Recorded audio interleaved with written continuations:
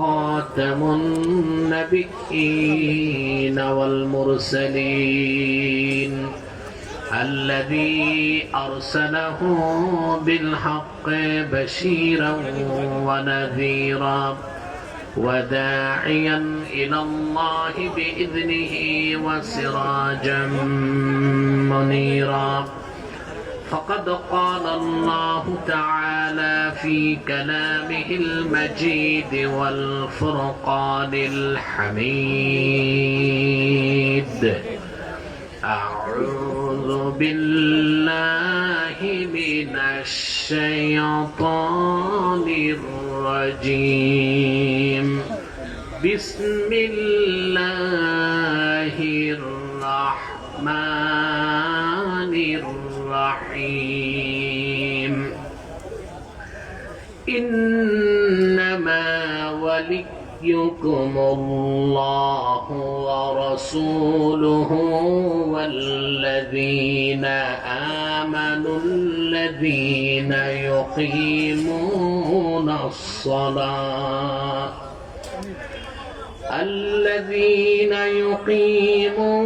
الصلاة ويؤتون الزكاة وهم راكعون ومن يتول الله ورسوله والذين آمنوا فإن حزب الله هم الغالبون صدق الله العظيم وصدق رسوله النبي الكريم ونحن على ذلك من الشاهدين والشاكرين والحمد لله رب العالمين إن الله وملائكته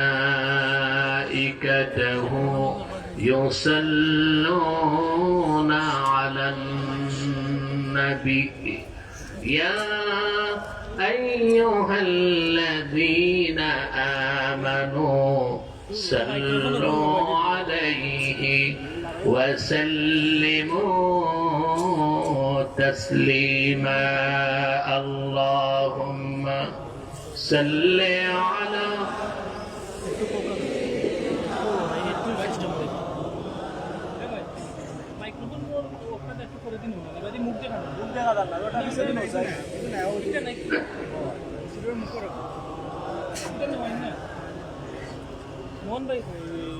আপনারা এতগুলো মানুষ দরুদ সালামের আওয়াজ নাই, সমস্যা কি? অসুস্থতা না কৃপণতা?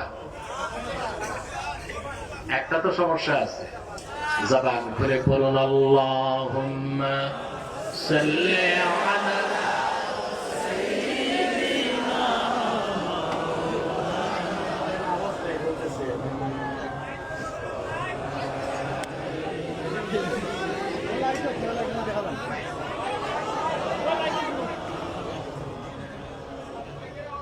मेरा दिल तड़प रहा है, मेरा जल रहा है सीना, ये दवा वही मिलेगी, मुझे ले चलो मदीना। अल्लाहुम्मा सल्ली अला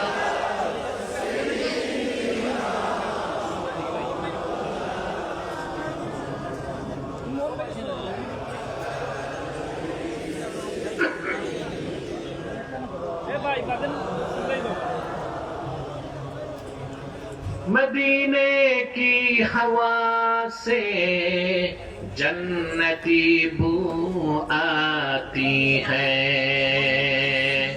खाके पाके मदीना में नूर जन्नत चमकती है।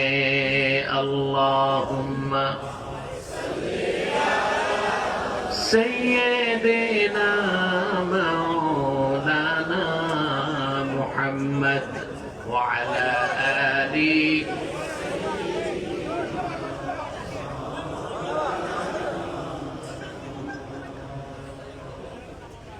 মুহাম্মাদুন রাসূলুল্লাহ সাল্লাল্লাহু আলাইহি ওয়াসাল্লাম খাতামাল্লাহু বিহিন নবুওয়া ওয়া হাকামান লা নবিয়্যা বা'দাহু বালাগাল উলা বিকামালিহি কাশাফাদ দুজা বিজামালিহি হাসনাত জামিয়া।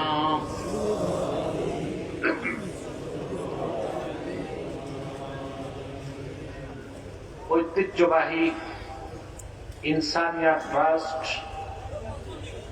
এবং তাহরিকে খাতমে নবুয়ত বাংলাদেশ যুক্তরাজ্য শাখার উদ্যোগে আয়োজিত আজকের এই তাফসীরুল কোরআন মাহফিলের সম্মানিত সভাপতি জনাব আব্দুর রহিম আনসার মিয়া সাহেব, হাজারাত উলামায়ে কেরাম, তুলাবায়ে ইজম, বিভিন্ন প্রান্ত থেকে আজকে যারা এই মহতী মাহফিলে উপস্থিত হয়েছেন, স্বেচ্ছায় সানন্দে স্বতঃস্ফূর্তভাবে মনের আনন্দে, শুধুমাত্র আল্লাহর কোরআনুল কারীমের দুর্বার টানে প্রবল আকর্ষণে তাদের সকলকে আমার পক্ষ থেকে হৃদয় নিংড়ানো ভালোবাসা, শুভেচ্ছা এবং অভিনন্দন জ্ঞাপন করছি।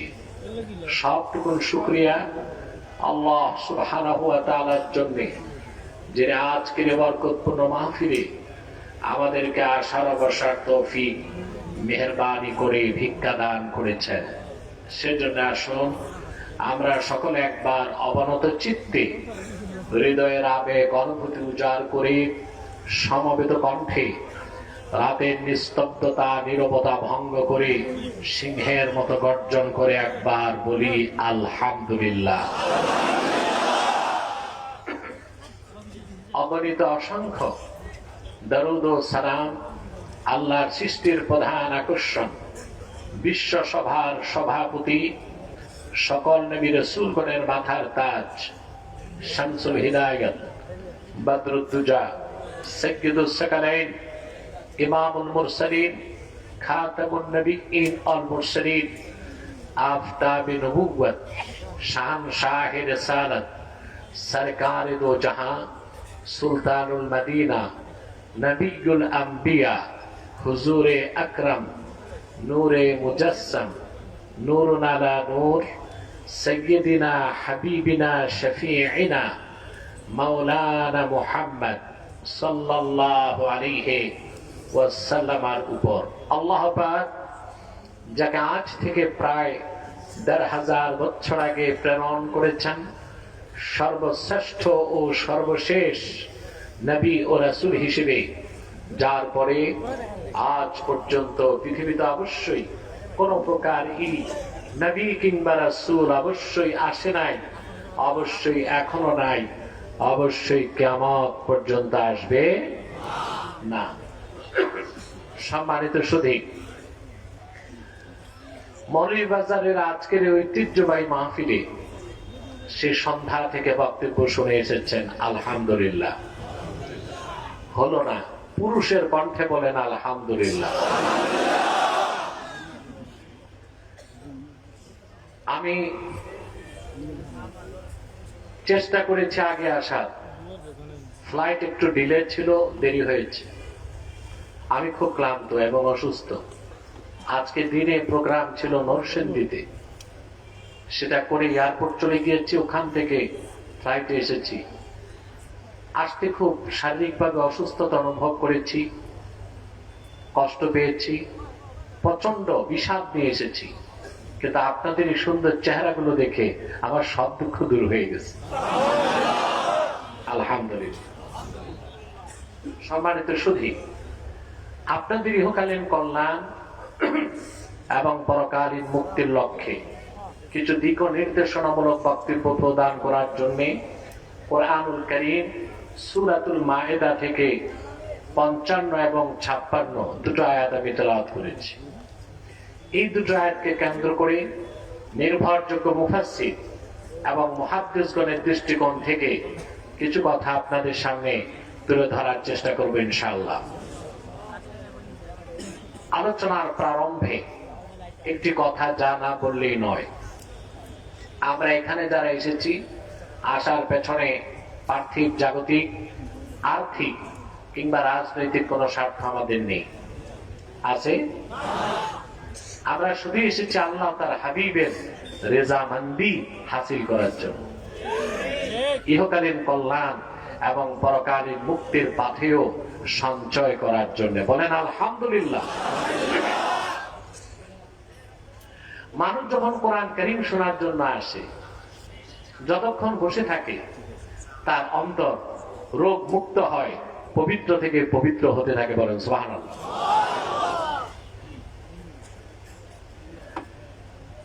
হযরত আল্লামা ইব্রাহিম খাওয়াস রাহমাতুল্লাহ বলেন, দাওয়াউল কুলুবি খামসা, মানুষের দিলের মধ্যে অন্তরে যদি রোগ হয়, বিমারি হয়, ওই রোগ থেকে মুক্ত করার জন্য 5টা ঔষধ।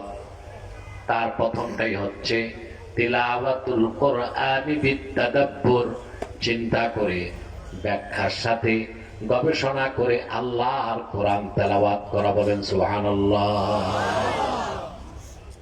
তাফাক্কুর, তাদাব্বুর, চিন্তা গবেষণার সাথে আল্লাহর কোরআন মানুষ যত পড়বে, যত শুনবে, তার হৃদয় তত পবিত্র থেকে পবিত্র হতে থাকবে, আর তার অন্তর রোগ মুক্ত হয়ে যাবে। বলেন সুবহানাল্লাহ। এতে আমরা খুশি না বেজার? খাদ্য 2 প্রকার। কয় প্রকার? তোমরা মাতো না কেন ভাই? আমি কি কবরস্থানে না মাহফিলে? এটা বুঝতে তো হবে, আমাকে সাপোর্ট দিতে হবে, এনভায়রনমেন্ট সাপোর্ট লাগবে আমার। পারবেন না? সিলেটে রাতে আসলে তো আমি অনেক দেরিতে আসি, তবে সিলেটে এখন কয়েক বছর যাবত দিনই প্রোগ্রাম বেশি করি। আপনাদের এখানেও দিনে গতবার সাউন্ড নাই,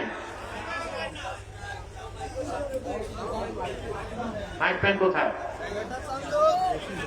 এখানে, এখানে হর্নটা বাজতে হবে। বসো বসো, হবে হবে, সব ঠিক হবে। এভাবে তোমরা যদি মিছিল করো তো মাইক প্যান তো পালাবে, তখন তো পুরাটাই যাবে। কোথাও কোথায় কোনো অসঙ্গতি দেখলে আমাকে বলবেন, আমি তাকে গাইড করবো ইনশাআল্লাহ। সম্মানিত শুধু কথা শুনতেছেন, মনোযোগ আছে তো? খাদ্য কয় প্রকার? গিযাউন তাকুমু বিহিল আবদান, এক প্রকার খাদ্য যা খেলে আমরা বেঁচে থাকি, স্বাস্থ্য ঠিক থাকে, দেহ ঠিক থাকে।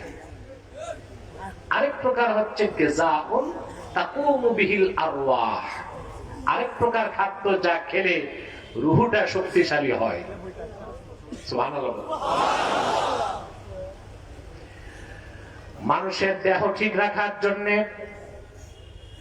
মানুষের দেহকে আল্লাহ তৈরি করেছেন মাটি থেকে, সেজন্য দেহের খাদ্য আসে মাটি থেকে, ঠিক না? চাল, ডাল, গম, আটা, ময়দা, যা খান, শাক সবজি সব আসে মাটি থেকে। কিন্তু মানুষের রুহটা এসেছে আকাশ থেকে, রুহের খাদ্যটাও এসেছে আল্লাহর কাছ থেকে, লওহে মাহফুজ থেকে।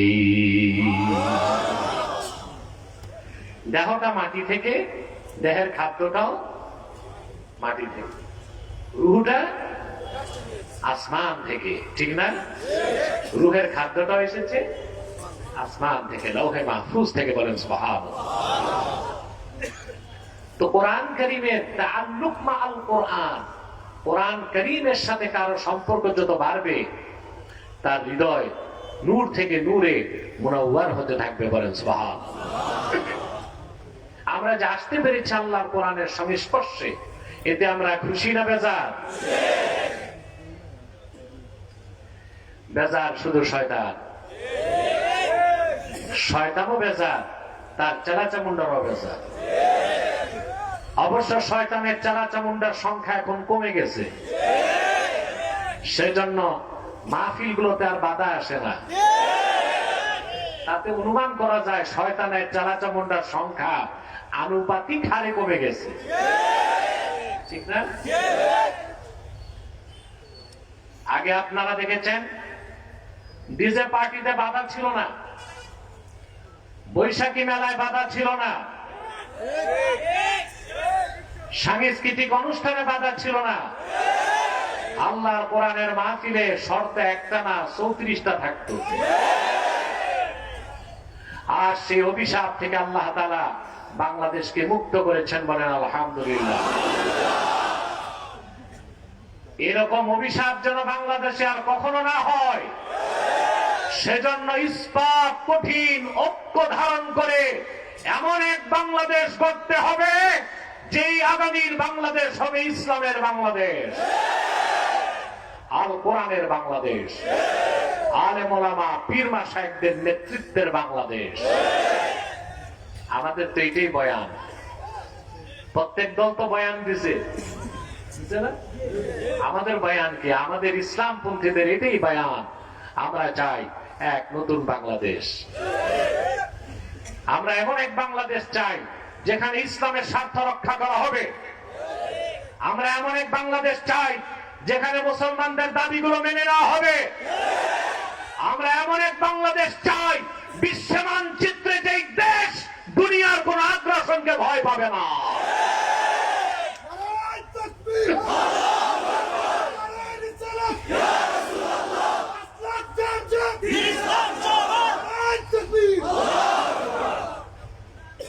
সম্মানিত সুধী, তাহলে শয়তান বেজার আজকে বিশাল জনতাকে নিয়ে আমরা মুনাজাত করবো একটু পরে ইনশাআল্লাহ। শয়তান কিন্তু এটা চায় না, আপনাকে ওয়াসওয়াসা দিয়ে এখান থেকে উঠাবার চেষ্টা করবে। আমরাও নেক নিয়ত করে শয়তানের নাপাক গালে একটা চপেটা ঘাত করতে চাই। রাজি আছে? আমরা নিয়ত করছি কিছুক্ষণ পরে আজকের মুনাজাত করে গুনাহ মাফ করে নিষ্পাপ বেহেশতি আল্লাহওয়ালা হয়ে বাড়ি যেতে চাই। কারা কারা হাত তুলে আল্লাহ তাআলাকে দেখা।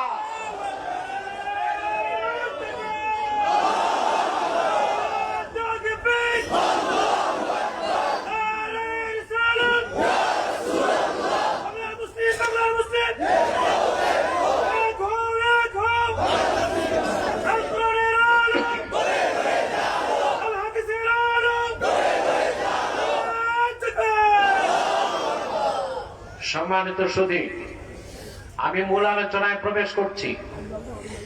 আমার সঙ্গে আপনারাও পড়বেন যেন প্রতিটা বাক্যের, প্রতিটি শব্দের, প্রতিটি অক্ষরের নূর আমাদের অন্তরে যেন বিকশিত হয়ে যায়। বলেন আল্লাহুম্মা আমিন। আউযু বিল্লাহি মিনাশ শাইতানির রাজীম। বিসমিল্লাহির রাহমানির রহিম। ইন্নামা ওয়ালিয়্যুকুমুল্লাহু ওয়া রাসূলুহু والذين آمنوا الذين يقيمون الصلاة ويؤتون الزكاة وهم راكعون ومن يتول الله ورسوله والذين آمنوا فإن حزب الله هم الغالبون। আল্লাহ তাআলা বলেন, ইন্নামা ওয়ালিয়্যুকুমুল্লাহু ওয়া রাসূলুহু। মুমিনগণ, নিশ্চয় তোমাদের অভিভাবক হচ্ছেন আল্লাহ এবং আল্লাহর রাসূল নবীজি মুহাম্মদ মুস্তাফা সাল্লাল্লাহু আলাইহি ওয়াসাল্লাম। ওয়াল্লাযীনা আমানু, এবং ঈমানদারগণ। কেমন ঈমানদার?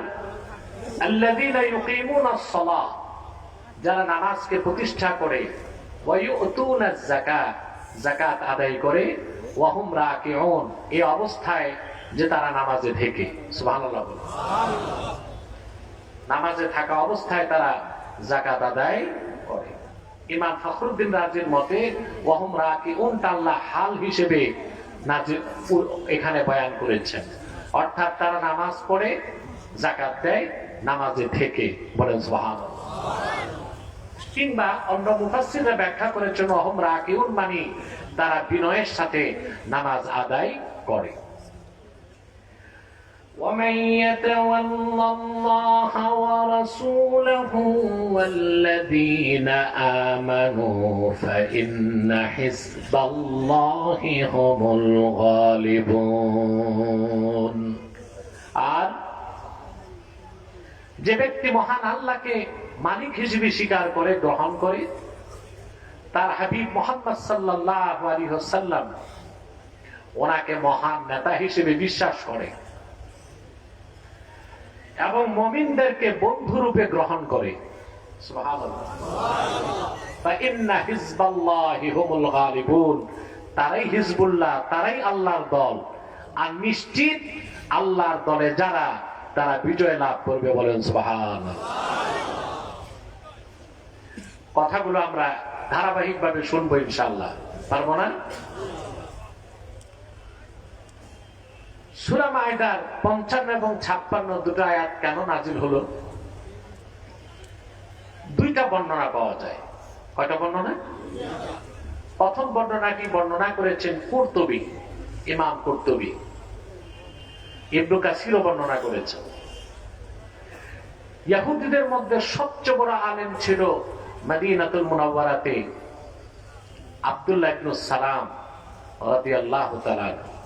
নাম শুনেছেন না? কথা বলেন। অনেক বড় আলেম ছিলেন ইহুদি ধর্মের। তিনি আল্লাহর হাবিব সাল্লাল্লাহু আলাইহি ওয়াসাল্লামের কাছে এসে ঈমান এনে মুসলমান হয়ে গেলেন। মুসলমান হয়ে যাবার পরে ওনার গোত্রের যারা ইহুদি, আব্দুল্লাহ ইবনে সালাম এবং সাথে যে ইহুদিরা ঈমান এনেছিল তাদেরকে পরিত্যাগ করলো, তাদের সাথে উঠা বসা চলাফেরা বন্ধ করে দিল। ঈমান আনার অপরাধে আব্দুল্লাহ ইবনে সালামের গোত্রের ইহুদিরা সম্পর্ক ছিন্ন করলো। তিনি এসে আল্লাহর হাবিবের কাছে দুঃখ করে বলতে লাগলেন, ইয়া রাসূলুল্লাহ সাল্লাল্লাহু আলাইহি সাল্লাম, ইন্না কওমানা হাজারুনা ওয়া আহাদু আল্লা ইউজালিসুনা। আমরা ঈমান এনেছি বলে আমাদের কওম আমাদেরকে পরিত্যাগ করছে, আমাদের সাথে লেনদেন করে না, ব্যবসা বাণিজ্য করে না, কথাবার্তা বলে না, আর তারা শপথ করেছে আমাদের সাথে তারা কোনো সম্পর্ক রাখবে না। কথা শুনতেছেন? আল্লাহ রাব্বুল আলামিন কুরআনুল কারীমের আয়াত নাযিল করে বলে দিলেন, ইন্নামা ওয়ালিয়ুকুমুল্লাহু ওয়া রাসূলুহু ওয়াল্লাযীনা আমানুল্লাযীনা ইউকিমুনাস সালাতা ওয়া ইউতুনাজ যাকাতা ওয়া হুম রাকিউন। আল্লাহ আয়াত নাযিল করে সান্ত্বনা দিলেন, মুহাম্মদ সাল্লাল্লাহু আলাইহি ওয়াসাল্লাম, আপনি ঘোষণা দেন আমার পক্ষ থেকে, আব্দুল্লাহ ইবনে সালাম অন্যান্য ঈমানদাররা শুধু ঈমান আনার কারণে তোমাদের গোত্রগুলো তোমাদের পরিত্যাগ করেছে, তাতে সমস্যা কি? তোমাদের অভিভাবক তো আল্লাহ। আল্লাহ তোমাদের ভালোবাসেন, তোমাদের অভিভাবক মুহাম্মদ সাল্লাল্লাহু আলাইহি ওয়াসাল্লাম তিনি তোমাদেরকে ভালোবাসেন। আল্লাহর হাবিব বলেন, আমি মুহাম্মদ, আমি তোমাদেরকে ভালোবাসি, তোমরা আমার উম্মত এবং আমার সাহাবীগণ তোমাদের বন্ধু। অতএব ইহুদিরা সম্পর্ক ছিন্ন করেছে, তাতে সমস্যা কি? সুবহানাল্লাহ বলেন। সমস্যা থাকতে পারে? আল্লাহর হাবিব মুহাম্মদ সাল্লাল্লাহু আলাইহি ওয়াসাল্লামের মাধ্যমে আল্লাহ যে ঘোষণা দিলেন, এটা ছিল সাহাবায়ে কেরামের জন্য খাস, বাকি কিয়ামত তক উম্মতদের জন্য আম। বলেন সুবহানাল্লাহ। অর্থাৎ আমাদের সাথে কাফের মুশরিক বেঈমান সম্পর্ক রাখবে না, এটাই স্বাভাবিক। এটাই কি? কখনোই কাফের মুশরিক বেঈমান আমাদের বন্ধু হতে পারে না। স্টেজে কোনো সাউন্ড নাই, এত বড় মাহফিল, এটা কি মাইক লাগাইছে? মাইক স্টেজে আওয়াজ লাগবে, পর্যাপ্ত আওয়াজ লাগবে স্টেজের দুই পাশে।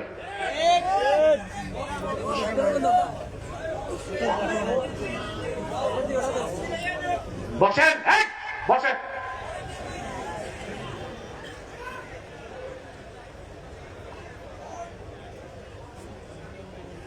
ধৈর্যের সাথে বসে থাকেন, সাউন্ড ঠিক হয়ে যাবে ইনশাআল্লাহ। সম্মানিত সুধী, তাহলে কাফের মুশরিক কখনোই আমাদের সাথে, মুসলিমদের সাথে সুসম্পর্ক করতে পারে না। আমরা যতই তাদের সাথে বন্ধুত্ব করতে চাই, আমরা যতই কাফের মুশরিক অমুসলিমদের সাথে সুসম্পর্ক রাখতে চাই, তারা বাহ্যিক আইওয়াশ করবে, সুসম্পর্ক দেখাবে, কিন্তু পিছন দিক দিয়ে ছুরি মারবে।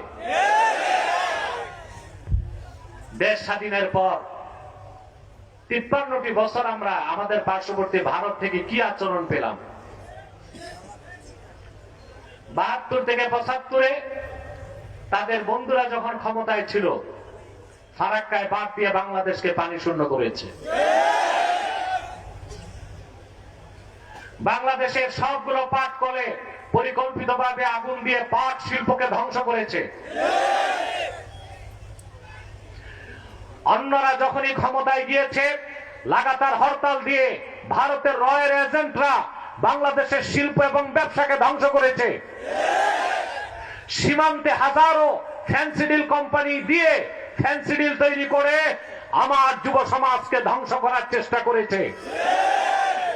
বিগত 16টি বছর ভারতের দুর্ধর্ষ কুখ্যাত গোয়েন্দা সংস্থা রয়ের মদদে জালেম শক্তি অগণিত আলেমকে নির্যাতন করেছে, নিপীড়ন করেছে, স্টিম রোলার চালিয়েছে, বাংলাদেশের মানুষের মানবতাকে বুলণ্ডিত করেছে।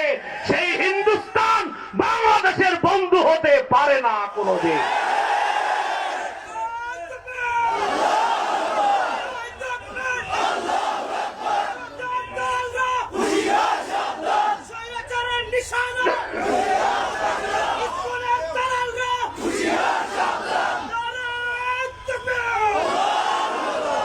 সম্মানিত সুধী,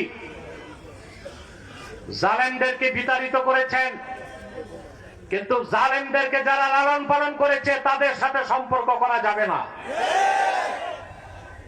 ব্যবসায়িক সম্পর্ক হইতে পারে, বন্ধুত্বের সম্পর্ক হতে পারে না, ভাতৃপ্রতিম সম্পর্ক হতে পারে না। পারে? কাফের মুশরিক কখনো মুসলমানের ভালো চাইতে, সম্পর্ক রাখতে, এটা ভারত হোক, আমেরিকা হোক, ইসরায়েল হোক, ব্রিটেন হোক, কখনোই তারা মুসলিমদের ভালো চাইতে পারে না। 1000 বছর আগ থেকে আজ পর্যন্ত ইতিহাস এটাই আমাদেরকে বারবার প্রমাণ দেয়। এবার শানে নজুল আরেকটা এসেছে, সেটা শোনাচ্ছি। ইমাম রাজি তাফসির কবিরে, কুরতুবী তার তাফসিরে, ইবনে আবি সাউদ তার তাফসিরে, বাহরুল মুহিতে, অসংখ্য তাফসিরের কিতাবে হাদিসটি এসেছে। এবং হাদিসটিকে ইমাম জালালউদ্দিন সিউতি রাহমাতুল্লাহ আল হাবিলিল ফাতাওয়া কিতাবের মধ্যে উল্লেখ করেছেন। শুনতেছেন? মনোযোগ আছে তো? হযরতে আলী রাদিয়াল্লাহু তাআলা আনহু তিনি একদিন মসজিদ নববী সাল্লাল্লাহু আলাইহি ওয়াসাল্লামে নামাজ পড়তেছিলেন। নামাজটা ছিল নফল নামাজ। কি নামাজ? এমন সময় এক ভিক্ষুক এসে হযরত আলীর কাছে ভিক্ষা চাইলেন। হযরত আলী যে নামাজে, এটা তার খেয়াল নেই।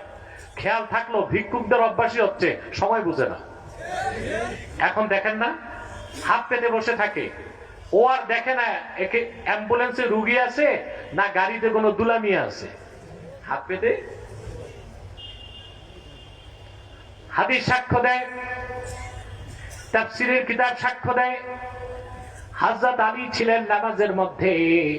ফানাজা আলীউন খাতিমাহু ফাআতাহু, হযরত আলী রাদিয়াল্লাহু তাআলা আনহু সঙ্গে সঙ্গে তার আংটিটা খুলে ভিক্ষুককে আল্লাহর রাজি খুশির জন্য দান করে দিলেন।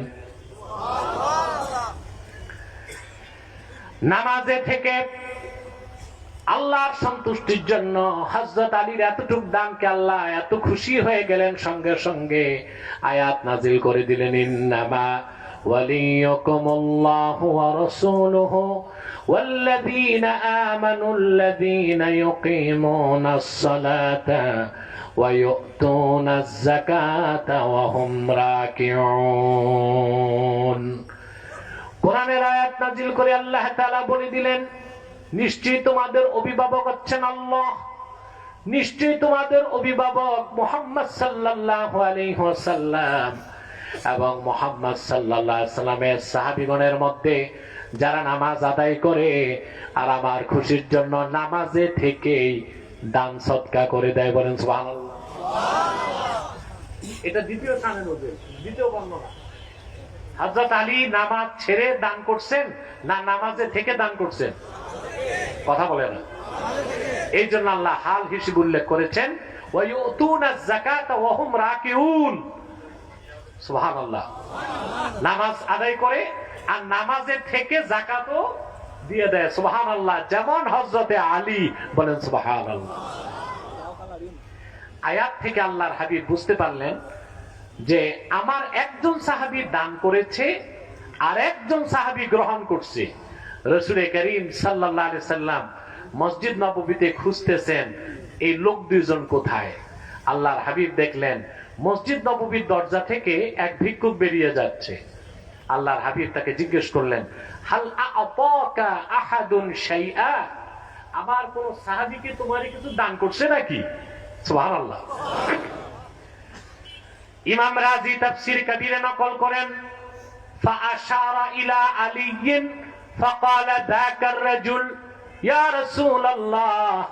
হযরত আলীর নামাজ তখনও শেষ হয় নাই, ভিক্ষুক তখনও বেরিয়ে যায় নাই, কোরআনের আয়াত তো নাজিল হয়ে গেল।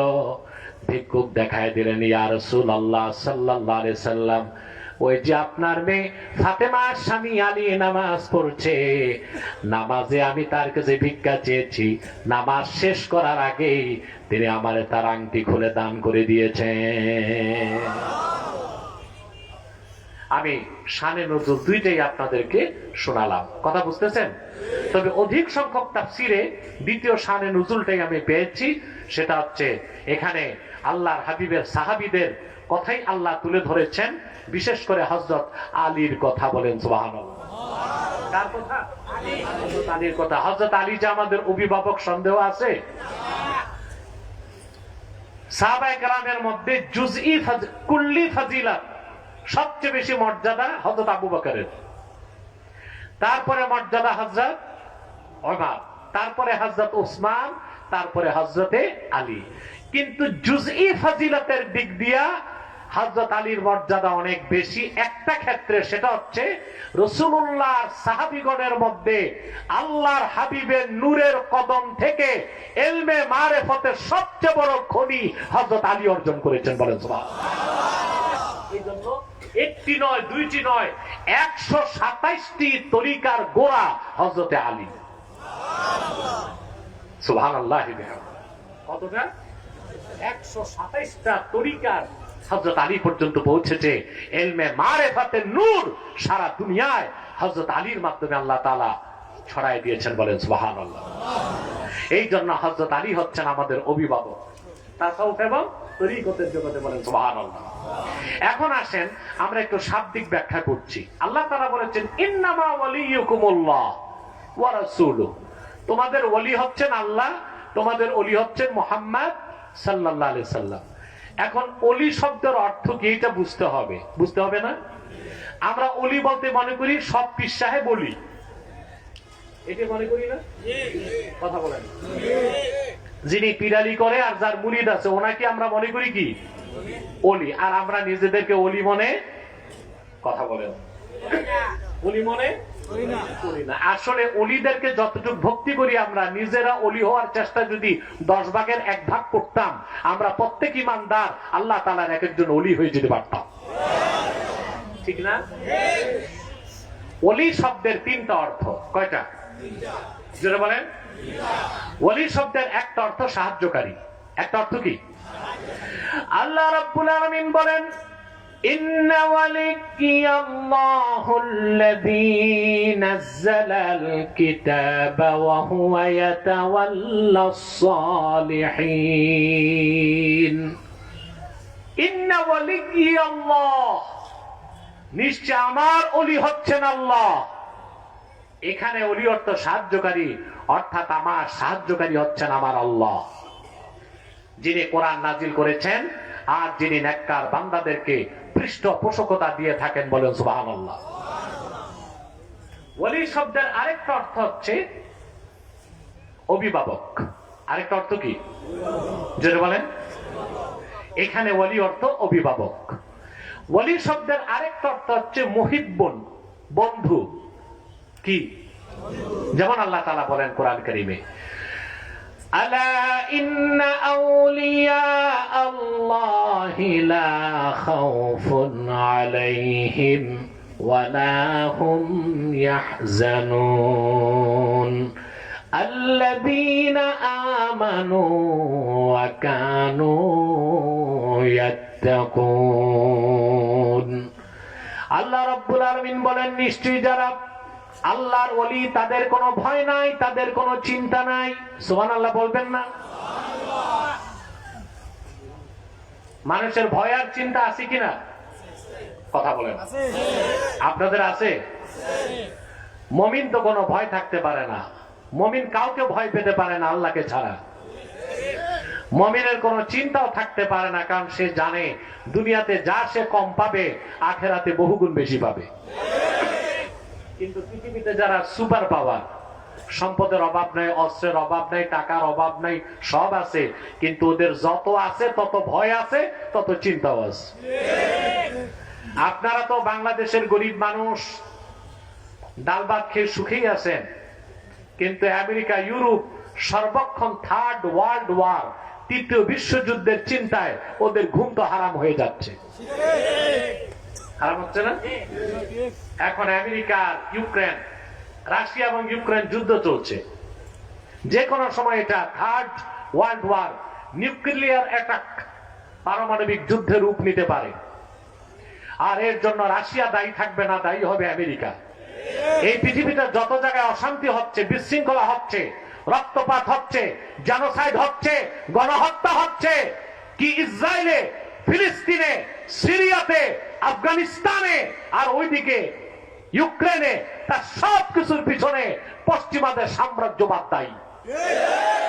নেতৃত্বে আমেরিকা, নেতৃত্বে আমেরিকা। ওর কাজই হচ্ছে যুদ্ধ লাগাও আর অস্ত্র বেচো, যুদ্ধ লাগাও অস্ত্র বেচো। পৃথিবীতে 100টা অস্ত্র কোম্পানির 51টাই আমেরিকাতে। দেশ আছে 200 প্রায়, অস্ত্র কোম্পানি কয়টা? 101টা। তার মধ্যে 51টাই কোথায়? আমেরিকাতে। তার মধ্যে দুনিয়ার সবচেয়ে বড় অস্ত্র কোম্পানি লকহিড মার্টিন সহ সেরা সেরা অস্ত্র কোম্পানিগুলো আমেরিকাতেই। ওদের মূল আয় হচ্ছে অস্ত্র ব্যবসা। তো পৃথিবীতে যদি যুদ্ধই না থাকে তো অস্ত্র বেচবে কার কাছে? এর জন্য আমেরিকাতে এই যে স্টেট ডিপার্টমেন্ট, এরপর র্যান্ড কর্পোরেশন, এদের কাজই হচ্ছে বিভিন্ন রাষ্ট্রে যুদ্ধ লাগানো আর অস্ত্র বিক্রি করে আমেরিকার ব্যবসাকে চাঙ্গা রাখা। এই জন্য সন্ত্রাসের বিরুদ্ধে যুদ্ধের কথা যুক্তরাষ্ট্রের মুখে শোভা পায় না, চোরের মার বড় গলা হয়ে যায়। ঠিক কিনা? কিন্তু ওরা ভয়তে আছে, ওরা চিন্তায় আছে, যে কোনো সময় আমেরিকা এবং রাশিয়ার মধ্যে পারমাণবিক যুদ্ধ হতে পারে। আমরা চিন্তা করি, কারণ আমরা মহান আল্লাহকে বিশ্বাস করি, আমাদের হৃদয়ে ঈমান লালন করি, আখিরাতকে আমরা বিশ্বাস করি। আমরা জানি আল্লাহর দ্বীনের পথে ঈমান নিয়ে যদি মৃত্যুবরণ করি শাহাদাত নসিব হবে, আর যদি বিজয় লাভ করি গনিমত পাবো, সম্মান পাবো, মর্যাদা পাবো। বলেন সুবহানাল্লাহ। মুসলমান বেঁচে থাকলেও তার ক্ষতি নাই, মৃত্যুর পরও তার ক্ষতি নাই। এই জন্য আল্লাহর ওলিদের কোনো ভয় নাই, কোনো চিন্তা নাই। বলেন সুবহানাল্লাহ। এখন আল্লাহর ওলি কারা? আল্লাহ 63 নম্বর আয়াতে বলে দেন, আল্লাযীনা আমানু ওয়া কানু ইয়াত্তাকুন।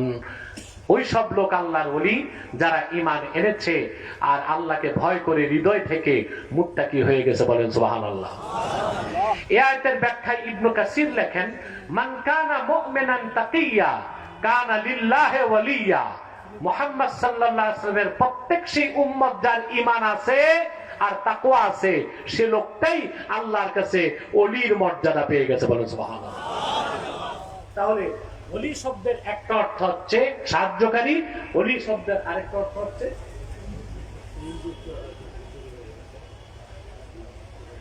এটা পরে বলবে, এখন বলা যাবে, বলে দিই। কথা শুনতেছেন? হা তোমাদের ছোট হয়ে গেছে রাত বেশি হতে না, শীতে জবুদবু হইছো। আর 20 মিনিট ইনশাআল্লাহ, ঠিক আছে?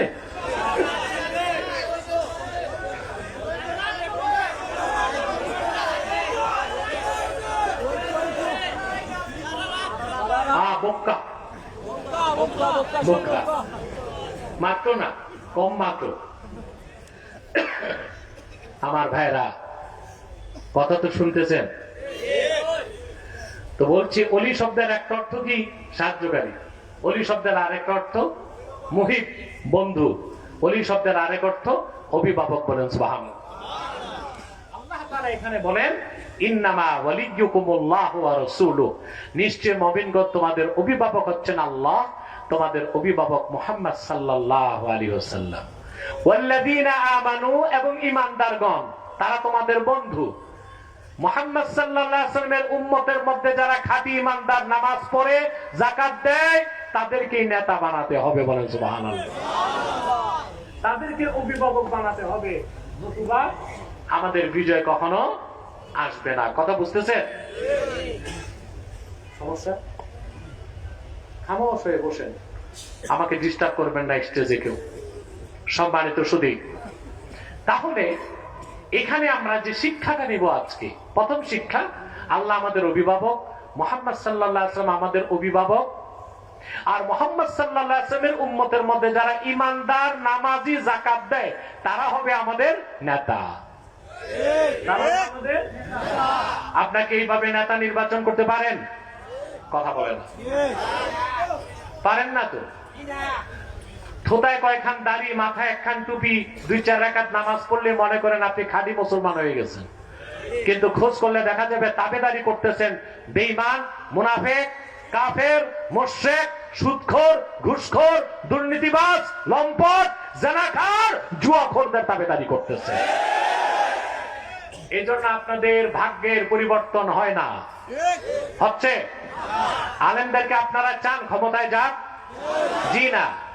আলেমদেরকে আপনারা রসমালাই খাওয়ান, টাঙ্গাইলের চমচম, মুক্তাগাছার মন্ডা, কিন্তু ভোট নাই। ভোট নাই। দেখেন না, বাংলাদেশে তো অনেক পীরও রাজনীতি করে, কিন্তু ভোট পায়? পাচ্ছে না। কারণ মুরিদ হচ্ছে, মুরিদের মধ্যে হচ্ছে ডবল স্ট্যান্ডার্ড। মুরিদ দুইটা পীর বানাইছে, একটা আধ্যাত্মিক পীর আর একটা রাজনৈতিক পীর। আধ্যাত্মিক পীর যে তারে দেয় নোট, আর রাজনৈতিক পীরের দেয় ভোট। বুঝেন নাই কথাটা? যে হচ্ছে আধ্যাত্মিক পীর তারে কি দেয়? নোট দেয়। আর যে রাজনৈতিক পীর তারে ভোট দেয়। বলে পীর সাহেব বলে, পীর বাবা তুম নোট সে খুশ রহো, लीडर तुम ভোট से खुश रहो।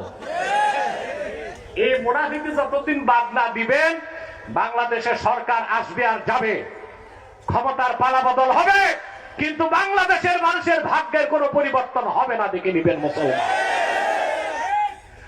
তাহলে ভাইয়েরা, মহান আল্লাহর খাঁটি বান্দা হতে হবে, আল্লাহকে মালিক বলে বিশ্বাস করে, আল্লাহর হাবিব মুহাম্মদ সাল্লাল্লাহু আলাইহি সাল্লামের আশিক উম্মত হতে হবে। আর মুহাম্মদ সাল্লাল্লাহু আলাইহি সাল্লামের উম্মতের মধ্যে যারা ঈমানদার, 5 ওয়াক্ত নামাজ আদায় করে, যাকাত দেয়, শরীয়ত মোতাবেক চলে, তাদের নেতৃত্ব গ্রহণ করতে হবে। ঠিক কিনা বলেন? কথা বুঝতেছেন? তাদেরকে অভিভাবক বানাতে হবে, তাদেরকে নেতা বানাতে হবে, তাদের নেতৃত্ব গ্রহণ করতে হবে, তাদের অনুসরণ করতে হবে। এই ক্ষেত্রে আমরা বাংলাদেশের মুসলমান ব্যর্থতার পরিচয় দিয়েছি। আজ বাংলাদেশে 3 লক্ষের উপর মসজিদ আছে, 10,000-এর উপর মাদ্রাসা আছে, পীর মাশায়েখের অভাব নাই। আমি আগেও বলেছিলাম, সরকার জরিপ করে দেখছে বাংলাদেশে 1,98,000 পীর আছে। বড় পীর, ছোট পীর, মাঝারি পীর সব মিলায়া কত আছে? 1,98,000 পীর বাংলাদেশে আছে। মুরিদের তো কোনো অভাব নাই। এই লাখ লাখ মসজিদ, হাজার হাজার মাদ্রাসা আর এত মুসলমান আমরা থাকার পরেও দেশ স্বাধীনের 53 বছরও আল্লাহ শরীয়তের পক্ষে দ্বীন ইসলামের পক্ষে একটা আইনও আমরা পাস করতে পারি নাই। আমাদের ট্যাক্স, আমাদের ভ্যাট, আমাদের রক্ত পানি করা ঘামের পয়সায় যারা ক্ষমতায় যায় তারা জীবন যাপন করে, বিলাসবহুল গাড়িতে থাকে, বাংলো বাড়িতে থাকে, সরকারি সুবিধা নেয় আমাদের রক্ত পানি করা ঘামের পয়সায়। আর আমরা মুসলমান যখন দ্বীনের পক্ষে রাজপথে নামি, আমার রক্ত পানি করা ঘামের পয়সায় কেনা বুলেট আমার সিনায় নিক্ষেপ করা হয়। আমাদেরকে এবার ঘুরে দাঁড়াতে হবে। আমি বহুবার বলেছি, বাংলাদেশে 50 বছরে যে চান্স এসেছে, আমরা যদি ওলামায়ে কেরাম ঐক্যবদ্ধ, আমাদের মধ্যে হিংসা থাকতে হবে। বড় দলগুলো মনে করবে আমরা তো গোছাই ফেলছি আর কি, ছোটদেরকে বাদ দিবে না। ছোটরা কিন্তু ঠ্যাং ধরে রাখলে বড়রা কিছু করতে পারবে না। আমাদেরকে যদি বাংলাদেশে এইবার আমাদের হাত ছাড়া হয় সুযোগ, আগামী 50 বছরের সুযোগ আর আমাদের না আসতে পারে। সেজন্য আমি আগেও বলেছি, আজও বলছি, সিলেটের মুসলমান, আমাদের বাংলাদেশ ওলামায়ে কেরামের দুইটা ঐক্য লাগবে, একটা রাজনৈতিক ঐক্য আর একটা অরাজনৈতিক ঐক্য। রাজনৈতিক ঐক্য আর অরাজনৈতিক ঐক্য, মাসলাক যার যার, দ্বীন ইসলাম সবার, এই স্লোগানকে সমুন্নত রেখে আমরা যদি এক হতে পারি, বাংলাদেশে ইসলামের পক্ষে যে অভ্যুত্থান হবে ওই রকম অভ্যুত্থান পৃথিবীর মানুষ ইতিহাসে দেখে নাই, ঠিক কিনা? কিন্তু আমরা সমস্যা করে ফেলি যে আমরা আমাদেরকে যারা নেতৃত্ব দিবে তাদেরকে চিন্তা আমরা ভুল করে থাকি, ঠিক কিনা বলে? ভুল করি না? তারা ইমানদার কিনা, তাদের আকীদা ঠিক আছে কিনা, শুধু দাড়ি টুপি জুব্বা কুর্তা দেখলেই হবে না, আকীদা সহি কিনা, আহলুস সুন্নাহ জামাতের আকীদায় বিশ্বাসী কিনা এটাও দেখতে হবে, নামাজ পড়ে কিনা এটা দেখতে হবে, যাকাত আদায় করে কিনা এটা দেখতে হবে, শরীয়ত মোতাবেক চলে কিনা এটা দেখতে হবে। এদিকে আমরা দেখি, কথা বলে না। কারণ আপনি যাকে ইমাম বানাবেন, নেতা বানাবেন, তাকে আপনাকেই যাচাই বাছাই করতে হবে, ঠিক কিনা বলেন? অবশ্য আপনারা যাচাই বাছাই করেন মসজিদের ইমাম রাখতে গেলে,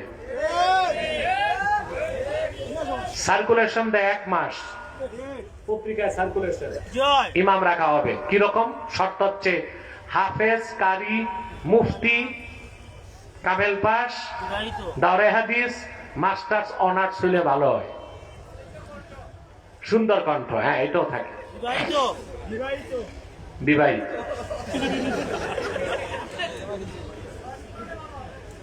তারপরে ইমাম সাহেব আসে 40 জন, ইন্টারভিউ নিতে বসে, আলেম আসে না কেউ, আল্লামার সভাপতি আর আল্লামার সেক্রেটারি।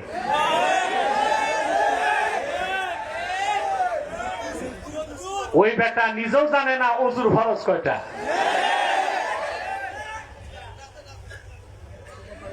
এক মূর্খ সভাপতি ইমামকে জিজ্ঞেস করে ওযুর ফরজ কয়টা? ইমাম সাহেব বলছে 4টা। ইমাম সাহেব জিজ্ঞেস করছে, সভাপতি তো মূর্খ মানুষ, যে বলেন তো আপনি গোসলের ফরজ কয়টা? কয় 8টা। বলে এইটা কেন? কয় ওযু ছোট, এটা 4টা, গোসল বড়, এটা তো 8টা হয়। এরকম ওযুর ফরজ কয়টা, গোসলের ফরজ কয়টা যার জ্ঞান নাই, সে আলেমদের ইন্টারভিউ নেয়। ইমাম রাখার সময় দূরবীন দিয়ে খোঁজে কোনো খুঁত আছে কিনা। মসজিদে যে ইমামতি করে এটা ইমামতে সুগরা, ছোট নেতৃত্ব। দেশ আর রাষ্ট্রে যে নেতৃত্ব দেয় ওইটা ইমামতে কুবরা, বড় নেতৃত্ব। ছোট নেতা তালাশ করতে দূরবীন লাগাও, আর দেশ ও জাতির নেতৃত্বে যাদেরকে পাঠাও তাদের ইমানটা ঠিক আছে কিনা তাও তো দেখো না তোমরা। অতএব বিপ্লব আর অভ্যুত্থান দিয়া কি হবে? যেই সেই সেটআপ চেঞ্জ হবে, পলিসি চেঞ্জ না করলে দেশের কোনো ভবিষ্যৎ নাই। এখন চেঞ্জ হয়েছে সেটআপ, আবার নতুন সেটআপ আসবে, কিন্তু আমরা যদি পলিসি নির্ধারণ করতে না পারি তাহলে বাংলাদেশের কোনো পরিবর্তন হবে না। আল্লাহর পবিত্র সত্তার কসম করে বলছি, আবার যারা আসবে যদি নীতি নির্ধারণ করা না হয়, শরীয়ত মোতাবেক দেশ চালানো না হয়, আবার দেশে চুরি হবে, খুন হবে, সন্ত্রাস হবে, সহিংসতা হবে, বাংলাদেশকে রক্ষা করা সম্ভব হবে না।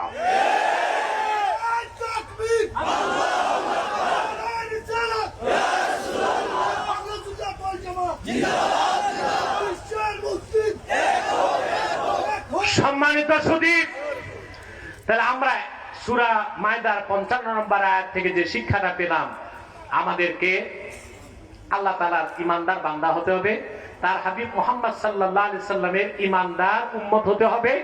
আর মুহাম্মদ সাল্লাল্লাহু আলাইহি সাল্লামের উম্মতের মধ্যে যারা ঈমানদার, নামাজি, যাকাত দেয়, তাদেরকে নেতা বানাতে হবে। ঠিক কিনা? পারবো ইনশাআল্লাহ? জোরে বলেন পারবো। এরপরে আল্লাহ তাআলা বলেন, وَمَن يَتَوَلَّ اللَّهَ وَرَسُولَهُ وَالَّذِينَ آمَنُوا فَإِنَّ حِزْبَ اللَّهِ هُمُ الْغَالِبُونَ। আর যারা মহান আল্লাহকে অভিভাবক হিসেবে গ্রহণ করবে, মুহাম্মদ সাল্লাল্লাহু আলাইহি সাল্লামকে অভিভাবক হিসেবে বিশ্বাস করবে, আর ইমানদার যারা তাদেরকে নেতা হিসেবে স্বীকৃতি দিবে, উম্মতে মুহাম্মাদের ইমানদারদেরকে নেতা হিসেবে মেনে নিবে, আল্লাহ বলেন তারাই হিজবুল্লাহ, আল্লাহর দল। ফাইন্না হিজবাল্লাহি হুমুল গালিবুন, আল্লাহর দল অবশ্যই বিজয় লাভ করবে। বলেন সুবহানাল্লাহ। আপনি আল্লাহর দলভুক্ত হবেন আর আপনি কাফেরের হাতে মার খাবেন, এটা কোনোদিন হইতে পারে না। আবার বলছি, আপনি হিজবুল্লাহ হবেন, আল্লাহর দলভুক্ত হবেন, আর আপনি কাফের মুশরিকের হাতে মার খাবেন, এটা কোনোদিন হতে পারে না। যদি কাফের মুশরিকের হাতে মার খান, তাহলে বুঝতে হবে আপনি হিজবুল্লাহ নয়, আপনি হিজবুশ শয়তান, শয়তানের দলে আছে। কার দলে আছে? কিন্তু যদি আপনি হিজবুল্লাহ, আল্লাহর দলভুক্ত হন, খাঁটি ইমানদার হন, কোরআন সুন্নাহর আলোকে ব্যক্তি জীবন, সমাজ জীবন, রাষ্ট্র জীবন চালান, অবশ্যই আল্লাহ সাহায্য করবেন। আল্লাহ বলেন, ইন তানসুরুল্লাহা ইয়ানসুরকুম ওয়া ইউসাব্বিত আকদামাকুম। যদি তোমরা মহান আল্লাহকে সাহায্য করো, তার মানে আল্লাহর দ্বীনকে সাহায্য করো, অবশ্যই আল্লাহ রাব্বুল আলামিন তোমাদেরকে সাহায্য করবেন, আর তোমাদের কদমকে আল্লাহ তাআলা দ্বীনের উপর অবিচল রাখবেন। বলেন সুবহানাল্লাহ। আল্লাহ সাহায্য কিভাবে আসে দেখেন নাই? সিরিয়াতে বাশার আল আসাদ 11 বছর নির্যাতন নিপীড়ন করলো, 5 লক্ষ মানুষকে হত্যা করেছে, অধিকাংশই ছিল সুন্নি মুসলমান। আজকে অনেকে বলতেছে বাশার আল আসাদকে সরানো ঠিক হয় নাই। ইসরায়েলের ইহুদিদের চেয়ে কোন অংশে বাশার আল আসাদ কম খারাপ ছিল না। সুন্নি মসজিদগুলোকে বন্ধ করেছে। বাশার আল আসাদের সৈন্যবাহিনী মসজিদগুলোতে ঢুকে সিগারেট পান করত। গোটা সিরিয়াতে হাজার হাজার সুন্নি আলেম, মুহাদ্দিস, মুফাসসিরকে গুলি করে হত্যা করা হয়েছে। সুন্নিদের স্ত্রী বোনদেরকে কারাগারে বন্দী রেখে গণধর্ষণ করা হতো। সুন্নি মুসলিমদের উপর রাসায়নিক অস্ত্র ব্যবহার করা হতো। আর ইসরায়েলের সাথে বাশার আল আসাদ গোপন চুক্তি করে মধ্যপ্রাচ্যকে অশান্ত করে রাখত। একদল মানুষ যারা হিজবুল্লাহ, ওইটা আমি লেবাননের হিজবুল্লাহর কথা বলছি না, ইমানদারই কি হিজবুল্লাহ, এরা অস্ত্র হাতে তুলে নিল। আপনারা জানেন এখন যে বিদ্রোহীদের নেতা জুলানি, নাম শুনছেন না? মাত্র 60টা বন্দুক নিয়ে তিনি জিহাদে নামছেন। এখন তাদের কাছে শত শত ট্যাঙ্ক আছে, মিসাইল ক্ষেপণাস্ত্র আছে, হাজারো অস্ত্র আছে। আসলে আল্লাহ দ্বীনের জন্য নামলে আল্লাহ পথ সহজ করে দেন। এবং আমরা এটাই চিন্তা করি, আশা করি ইনশাআল্লাহ সিরিয়াতে ইসলামী শরিয়া প্রতিষ্ঠিত হবার পর এই বাহিনী ইনশাআল্লাহ বাইতুল মুকাদ্দাসকে উদ্ধার করবে নাপাক ইহুদিদের হাত থেকে ইনশাআল্লাহ। দেখুন আপনি মধ্য এশিয়াতে তালেবান, যাদেরকে মোল্লা বলেন, কি বলেন, পাগড়ি, জুব্বা, কুর্তা, গলায় তসবিহ, হাতে আছে পুরনো আমলের AK-47 ক্লাসিনকভ। পৃথিবীর 2টা পরাশক্তিকে তারা ধরাশক্তি বানাই দিয়েছে। 14 বছর জিহাদ করছে রাশিয়ার বিরুদ্ধে, 19 বছর জিহাদ করেছে আমেরিকার বিরুদ্ধে। পৃথিবীর 2টো পরাশক্তি পরাজিত হয়েছে তালেবান মুসলিমদের কাছে, কারণ আল্লাহ দ্বীনের জন্য 70,000 তালেবান শাহাদাত বরণ করেছে। আর আল্লাহ বলেছেন ইন তানসুরুল্লাহ ইয়ানসুরকুম ওয়া ইউসাব্বিত আকদামাকুম, যদি তোমরা আল্লাহকে সাহায্য করো মানে আল্লাহর দ্বীনকে সাহায্য করো, অবশ্যই আল্লাহ তোমাদেরকে সাহায্য করবেন। তা আমরাও যদি খাঁটি ইমানদার হই, আল্লাহওয়ালা বুজুর্গ নেককার সুন্নি আকীদার মানুষকে যদি নেতা বানায় মাঠে নামতে পারি, বাংলাদেশেও আল্লাহ সাহায্য নেমে আসবে ইনশাআল্লাহ।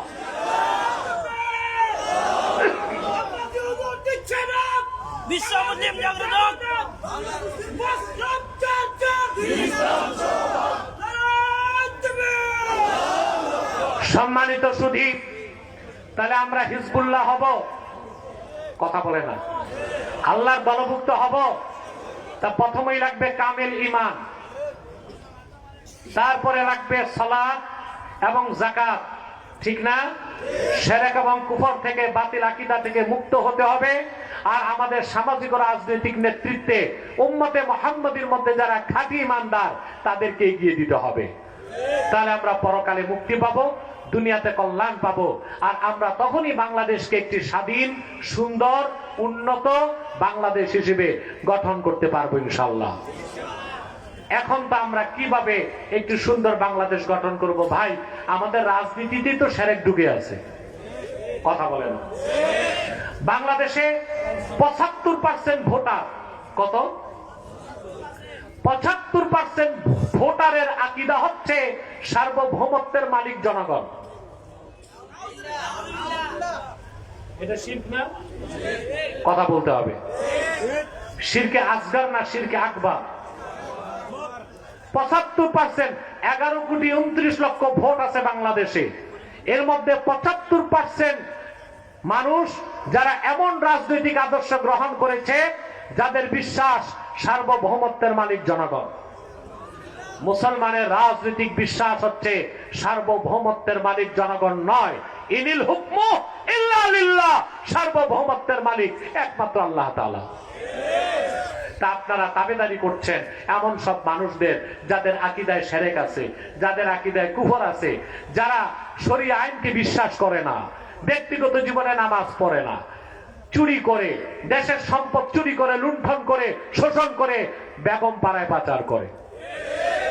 যেগুলো ধরা খায় জেলে গেছে, এগুলো না জেলের মধ্যে আছে, ওদের বউ বাচ্চাগুলো কিন্তু আনন্দেই আছে। কানাডাতে, ব্রিটেনে, আমেরিকায়, আর কিছু যে জায়গা নিয়েছে ভারতে। ভারতে যাওয়াটা ঠিক হয় না, ওরাই তো না খাইয়া মরে। এখান থেকে যারা পালায় গেছে ওদেরকে দিবে কোত্থেকে? আমার বাংলাদেশের মুসলমান কলকাতায় না গেলে গোটা কলকাতাই তো অচল হয়ে যায়। আমরা দেই, ওরা খায়। আমরা দেই, যখন ওরা হুমকি দিল বাংলাদেশে শান্তি বাহিনী পাঠাবার কথা বলছে, শুনছেন না আপনারা? ওই দেশের মুখ্যমন্ত্রী বলছে, এটা মুখ্যমন্ত্রী না মূর্খমন্ত্রী। এটা মহিলা তো, মহিলাতে এমনি জ্ঞান কম, আকল কম। ও বুঝতে পারে নাই বাংলাদেশে 14 কোটি মুসলমান শাহজালালের উত্তরসূরি, শাহ ফরহানের উত্তরসূরি, শাহ মখদুমের উত্তরসূরি, শাহ কারামত আলী জনপুরের উত্তরসূরি। ভারত, আমেরিকা, ইসরায়েলকে ভয় পায় না। দেশের স্বাধীনতা রক্ষায় 14 কোটি মুসলমান 28 কোটি হাতে লাঠি তুলে নেবে ইনশাআল্লাহ।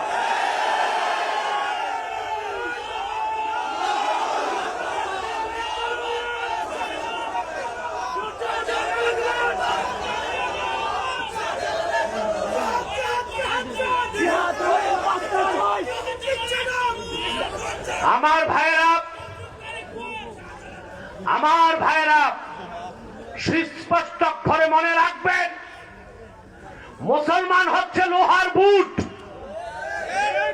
এটাকে চারবান করার কোন দাঁত পৃথিবীতে নাই। মুসলমান জীবন দিতে পারে, ঈমান দিতে পারে না। ঈমান রক্ষায় সে তার গর্দানকে উৎসর্গ করে ঈমানকে টিকিয়ে রাখে। হিন্দুস্তানকে আগেও আমি সাবধান করছি, দেখছেন না? ওই মহিলা মুখ্যমন্ত্রী বক্তব্যের 2 ঘন্টা পর আমার বক্তব্য গেছে। এটা আমি বলে দিছি। তা আমার বক্তব্যের পর দেখছেন আপনারা, কলকাতায় ওদের কিছু সাংবাদিক আছে পাগল। তা আমি ভাবছিলাম একটা সাংবাদিকই পাগল, পরে দেখছি না, যা আছে সবই পাগল। পশ্চিম বাংলায় সবগুলো চ্যানেল আমার বিরুদ্ধে নিউজ করছে, দেখছেন না আপনারা? খুব হইচই করছে। আমি সরকারকে পরামর্শ দিয়েছিলাম 3টা নীতি বাস্তবায়ন করতে। আমি বলেছিলাম লালমনিরহাটে এয়ার বেস করেন, ওরা আমাদের দিকে হাত বাড়াবে, আমরা চিকেন নেক কেটে 7 সিস্টার আলাদা করে দিব। আমি বলেছি চায়নার সাথে প্রতিরক্ষা চুক্তি করেন, শত্রুকে বন্ধু বানান। আমি বলেছি আলু পেঁয়াজ, নিম্নমানের ভারতীয় আলু পেঁয়াজ আমাদের দরকার নাই, অন্যান্য রাষ্ট্র থেকে বাণিজ্যিক সম্পর্ক করা হোক। আমার দেশের রুগী যাওয়া বন্ধ হয়েছে, কলকাতার ডাক্তাররা বসে বাংলাদেশের মানুষের কাছে ক্ষমা চাইতেছে, ওহে দেবতারা আসুন, আমরা 10% ডিসকাউন্টে ট্রিটমেন্ট করে দিব।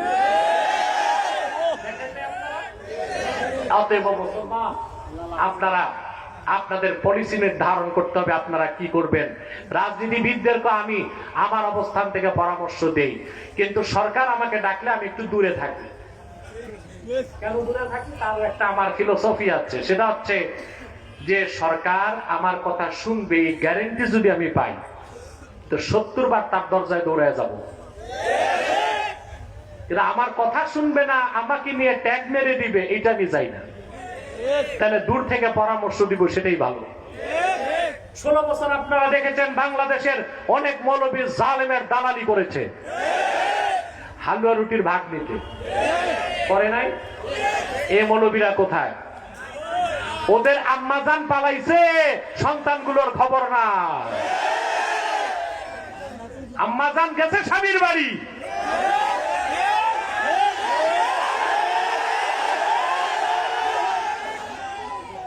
যে মানুষগুলোকে মিছিল করিয়েছে, মিটিং করিয়েছে, যে মানুষগুলোকে বাংলাদেশে এইরকম অবস্থায় রেখে গিয়েছে নিজের জীবন বাঁচাতে, বাংলাদেশের মানুষের নেতৃত্ব দেওয়ার কোন অধিকার তাকে আগামীতে দেওয়া হবে না।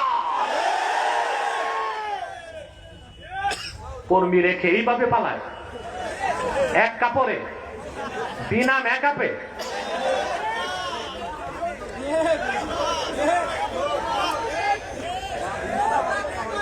আপনারা কাদের পিছে চলেন? মৌলবী যেগুলো দালালি করছে এরা কই?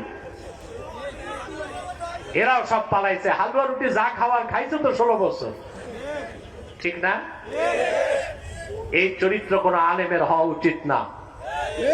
আলেমরা রাহবার, তারা কোন দলের পক্ষ নিতে পারে না, তারা হবে হিজবুল্লাহ। আল্লাহর দলের পক্ষ নিবে, আল্লাহর দলের পক্ষ নিবে। যখন যা বলার তা বলতে হবে। এখন আপনি যদি কারোর সাথে দহরম মহরম করে হালুয়া রুটির ভাগ পান, আপনি তো আর সত্য কথাটা বলতে পারবেন না। এই জন্য আমাকে ডাকলে আমি যাই না, আমাকে গ্যারেন্টি দিতে হবে, আমার পরামর্শ নিবে, সকাল সন্ধ্যা 70 বার আমি যাব তাদের কাছে। আর যদি গ্যারেন্টি না পাই, তো ওই যে কিছুদিন পর পর মৌলবী সাহেবদেরকে নিয়ে এখন যমুনাতে বসে, ওখানে চা পান খাওয়ার পর 2-4টা বুড়ি আওড়ায়া এসে এক এক নেতা চ্যানেলের সামনে কি হুঙ্কার দেয়। আমি এইটা বলছি, কি বলছেন বোঝা যাবে সামনে। কিন্তু আমি দূর থেকে পরামর্শ দিয়ে যাব ইনশাআল্লাহ, দেশের কল্যাণে, জাতির কল্যাণে। তাহলে ভাইয়েরা, আমরা 56 নম্বর আয়াত থেকে শিখলাম আমাদেরকে হিজবুল্লাহ হতে হবে। সুবহানাল্লাহ। হিজবুল্লাহ যারা আল্লাহর দল, তাদের কোনো ভৌগোলিক সীমানা নাই, দলীয় কোনো প্রতীক নাই, দলীয় কোনো স্লোগান নাই। সুবহানাল্লাহ বলবেন না? 57টি মুসলিম রাষ্ট্রে যেখানে যত মুসলমান আছে খাঁটি ইমানদার, তারা সবাই হিজবুল্লাহ বলেন সুবহানাল্লাহ। আমাদের প্রিন্সিপাল আইডেন্টিটি, আসল পরিচয় কি আমরা বাংলাদেশী? জি না। আমাদের প্রিন্সিপাল আইডেন্টিটি, মূল পরিচয় কি আমরা বাঙালি, বাংলাদেশী? কথা বলে না। জাতীয়তাবাদী, ধর্মনিরপেক্ষতাবাদী, সমাজবাদী? আমাদের প্রিন্সিপাল আইডেন্টিটি আমরা উম্মতে মুহাম্মদী মুসলমান।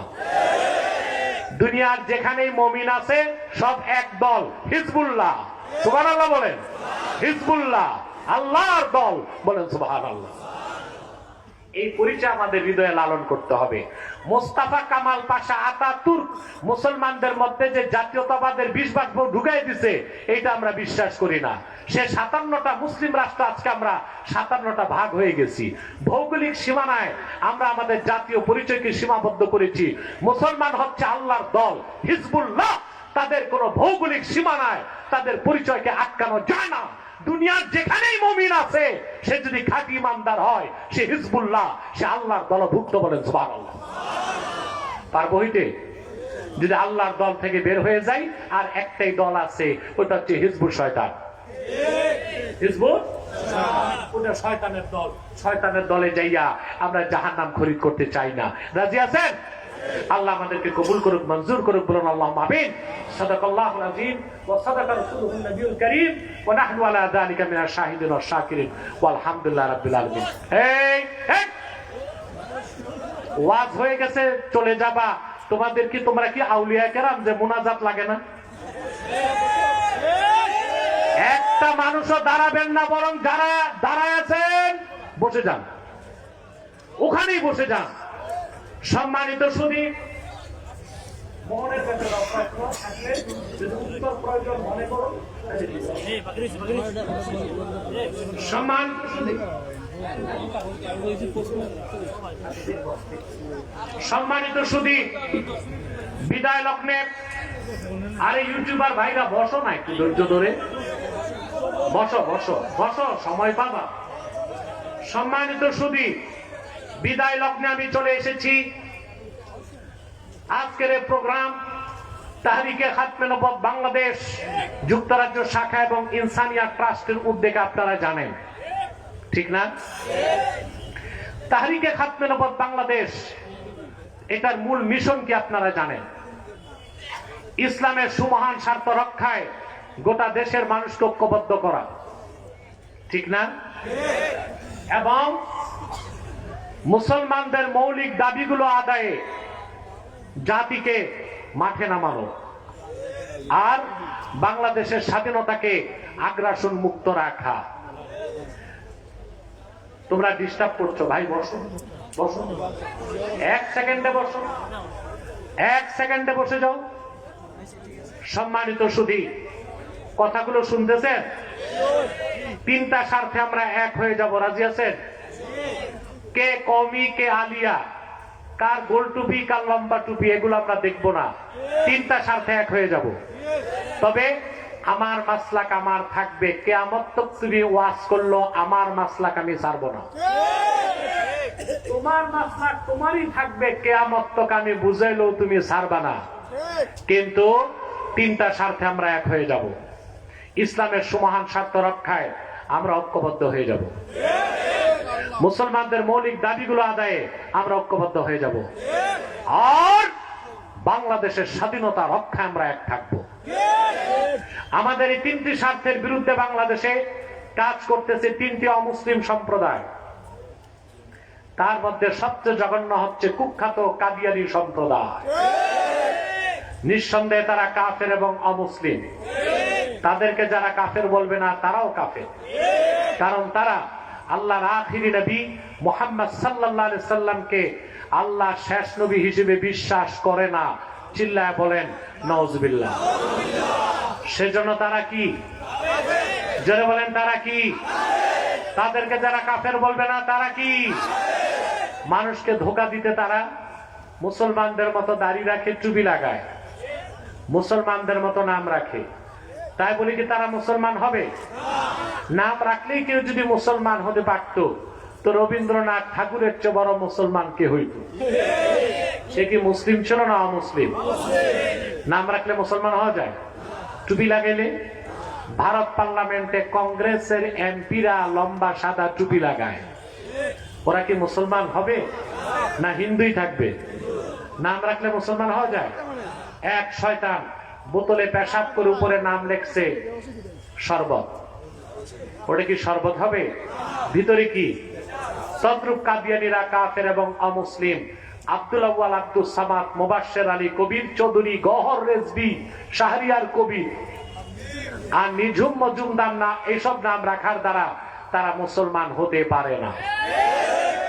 আমার ভাইয়েরা, আমার বন্ধুরা, আমার আল্লাহ ও নূর নবীজি আমার মুহাম্মদ মুস্তাফা সাল্লাল্লাহু আলাইহি সাল্লামের ইসলাম ও কোরআনের হাজার হাজার হাজার বছর পরে বর্তমান ভারতের কুখ্যাত পাঞ্জাবের কুখ্যাত গুরুদাসপুরের কুখ্যাত কাদিয়ানে ইংরেজ আমলে এক শয়তান নিজকে নবী দাবি করছে।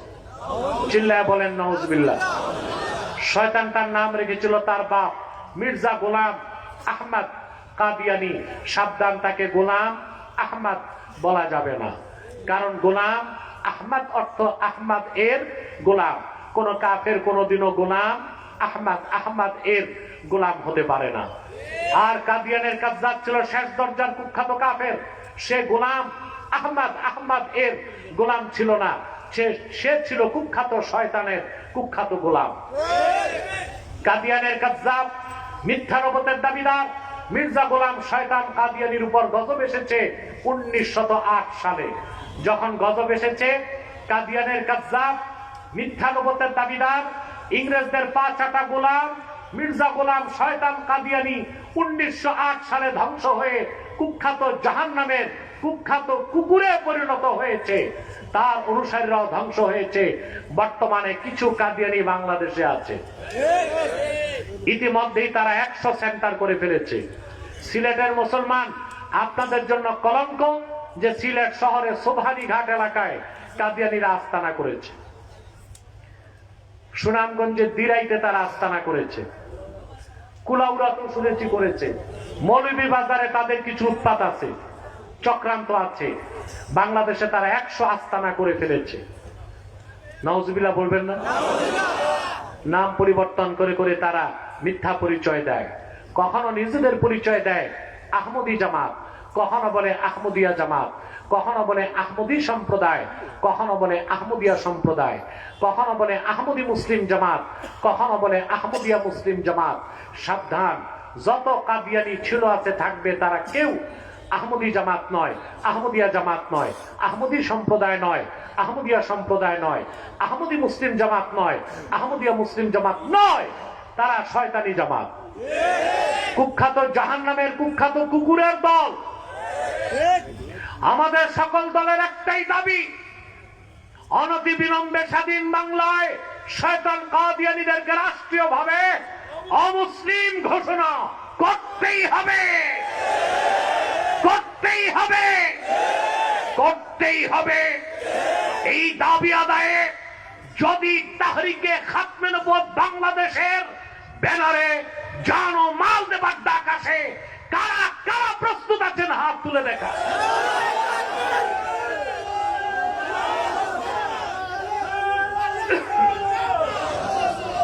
সম্মানিত সুধী, কাদিয়ানীদেরকে অর্থনৈতিক সহযোগিতা করবেন না? করবেন? করেন আপনারা? জি করেন। প্রাণ কোম্পানির যত জিনিস তাদের, সেজান কোম্পানির জুস তাদের, RFL এর পণ্যগুলো তাদের, প্রথম আলো, ডেইলি স্টার, কালের কণ্ঠেগুলো তাদের। এগুলো ধরবেন না, কিনবেন না, বেচবেন না, মনে থাকবে।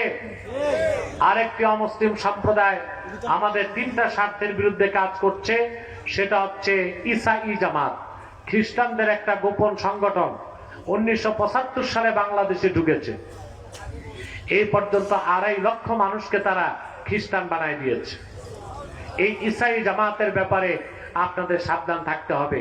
রাজি আছেন? তারাও দাড়ি রাখে, টুপি লাগায়, নিজেদেরকে বলে ইসাই তরিকাভুক্ত মুসলমান, আদতেই খ্রিস্টান। আরেকটা ফিতনার ব্যাপারে সাবধান থাকবেন, হিজবুত তাওহীদ। এটা হিজবুত তাওহীদ না, হিজবুত শয়তান। তারাও ব্যাপকভাবে এই দেশের মানুষকে গোমরাহ করার চেষ্টা করছে। তাদের বিরুদ্ধে সজাগ সচেতন থাকবেন। পারবেন তো ইনশাআল্লাহ? আমি দোয়া চাই আপনাদের জন্য, বিশেষ করে আমার স্নেহধন্য মোহন যে ইনসানিয়া ট্রাস্টের মতো একটা মানবিক সংস্থা বাংলাদেশে মৌলভীবাজারে করেছে।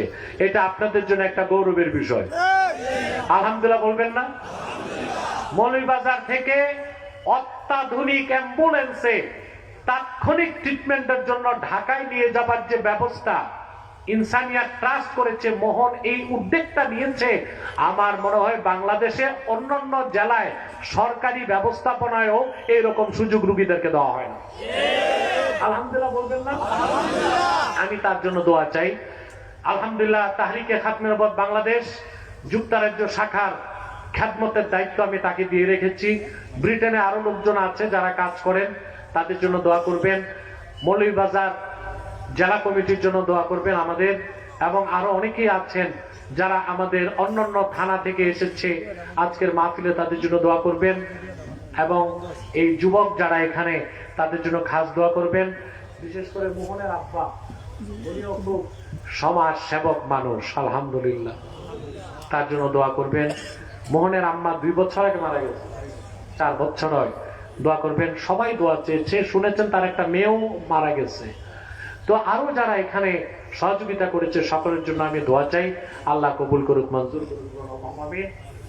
কয়েকটা প্রশ্ন এসছে, আমি উত্তর দিয়ে দিব, কিন্তু মুনাজাত না করে কেউ যাবেন না।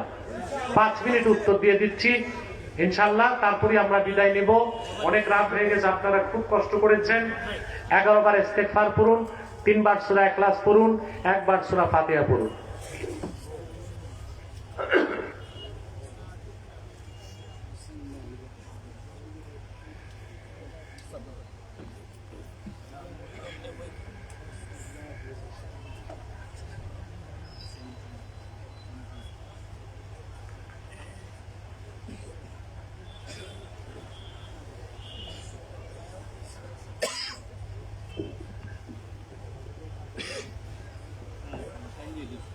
সম্মানিত সুধী, আমি মৌলভীবাজার জেলা পুলিশ সুপারের জন্য দোয়া চাই। তিনি আমার সাথে কথা বলেছেন একটু আগে।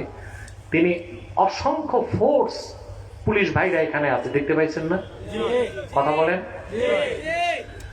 আমি জানি না পুলিশ ভাইরা জানে কিনা, 5ই আগস্টের পর নিরীহ পুলিশদের উপর যখন একটা কুচক্রী মহল নির্যাতন করেছে, পুলিশ ভাইদের পক্ষে প্রথম বক্তব্য বাংলাদেশে আমার। আপনারা জানেন না? তাদের কি দোষ? নিরীহ পুলিশের কি দোষ? ওরা তো হুকুমের দাবিদারি করছে। যারা অন্যায়ভাবে তাদেরকে ব্যবহার করেছে, যেসব করাপ্টেড অফিসার আছে, তাদের শাস্তি চাই। কিন্তু নিরীহ পুলিশ যারা প্রচন্ড পরিশ্রম করে দেশের জন্য, দেশের কল্যাণে কাজ করে, আমরা তাদেরকে আমাদের শত্রু বানাবো না। আর পুলিশের আদর্শই হচ্ছে পুলিশ জনগণের বন্ধু। আমরা দোয়া করব বাংলাদেশের পুলিশ যেন কোরআন সুন্নাহর আদর্শে বিশ্বাসী হয়ে এই উপমহাদেশের সেরা পুলিশ সংস্থায় পরিণত হয়। আল্লাহ ডিসি সাহেবও দোয়া চেয়েছেন, তার জন্য দোয়া করবেন। এবং সাইফুর রহমান সাহেবের ছেলে নাসির রহমান, উনি এসেছিলেন, তার জন্য দোয়া করবেন। সাইফুর রহমান সাহেব তো আপনাদের জন্য অনেক কিছু করে গেছে, এটা কিন্তু আপনারা অস্বীকার করতে পারবেন না। সাইফুর রহমান শুধু মৌলভীবাজার না, পুরা বিভাগটার জন্য কাজ করে গেছে। আমরা দোয়া করবো আল্লাহ সাইফুর রহমানকে মাফ করুন। আচ্ছা আচ্ছা, এখানে জামাতের আমির মৌলানা সাবেক আমির, বর্তমান আমির, তারাও এসেছেন। আমরা তাদের জন্য দোয়া করবো ইনশাআল্লাহ। আরো যারা আমাদের, এই তো মাশাআল্লাহ আলহামদুলিল্লাহ, আমাদের সাবেক ভাইস চেয়ারম্যান আল্লাহর রহমান টিপু, তিনি উপস্থিত হয়েছেন, আলহামদুলিল্লাহ। তিনি আমাকে দাওয়াত দিয়েছিলেন, আমি দুঃখিত রাখতে পারি নাই। মহব্বত রাখেন, আলহামদুলিল্লাহ। জনপুর থেকে বদরপুর, বদরপুর থেকে ফুলতুলি, আমাদের মধ্যে কোনো আলহামদুলিল্লাহ সমস্যা নাই। আমরা আলহামদুলিল্লাহ এগুলো একই বৃক্ষের বিভিন্ন শাখা প্রশাখা, আল ইসলাম এবং এদেরকে সাথে নিয়ে কাজ করে যাবেন ইনশাল্লাহ। আমার এই স্লোগানটা মনে রাখবেন, মাসলাক যার যার, দ্বীন ইসলাম সবার। কমিতে যারা আছে ওরাও তো আমাদের ভাই। জনপুর, ফুরফুরা, ফুলতলি, বদরপুর, ওলামায়ে দেওবন্দ, সবার গোড়া যে সৈয়দ আহমদ বেরেলি। কিভাবে আলাদা করবেন, কি করে? মাসলাক ভিন্ন ভিন্ন, মাসলাক ভিন্ন ভিন্ন, তরিকা, তাসাউফ তরিকতের তরিকা আসছে সে সৈয়দ আহমদ বেরেলি রহমতুল্লাহ থেকে। অতএব মাসলাক ভিন্ন থাকুক, কিন্তু দ্বীন ইসলামের সাথে আমরা এক হয়ে চলবো। পারবো ইনশাআল্লাহ? আল্লাহ আমাদেরকে কবুল করুক, মঞ্জুর করুক, বলুন আল্লাহুম্মা আমিন।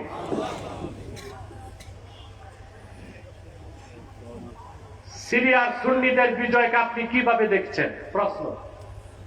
হ্যাঁ, এখনো ভবিষ্যৎটা বলা যাচ্ছে না, তবে এই বিজয়টাকে আমি মনে করি গোটা মধ্যপ্রাচ্যে আরব মুসলিমদের সবচেয়ে বড় শত্রু 1 নম্বরে হচ্ছে ইসরায়েল, 2 নম্বরে হচ্ছে ইরান। কারণ ইরান হচ্ছে শিয়া মতাদর্শে বিশ্বাসী, এই জন্য তারা সব সময় সুন্নি মুসলমানদের বিরোধিতা রাজনৈতিকভাবে করে থাকে।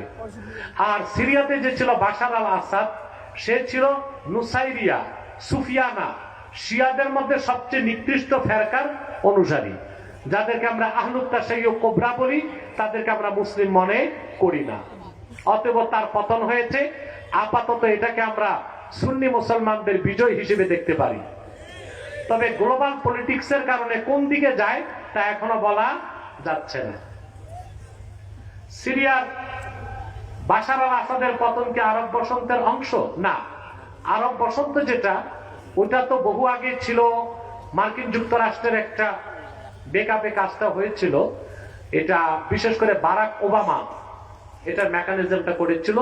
সেই স্কিমটাতে আমেরিকা ব্যর্থ হয়েছে, অকৃতকার্য হয়েছে। মূলত সুন্নি মুসলমানদের বিজয়ের পিছনে সবচেয়ে বেশি অবদান হচ্ছে সিরিয়াতে তুরস্কের পররাষ্ট্রমন্ত্রী হাকান ফিদান।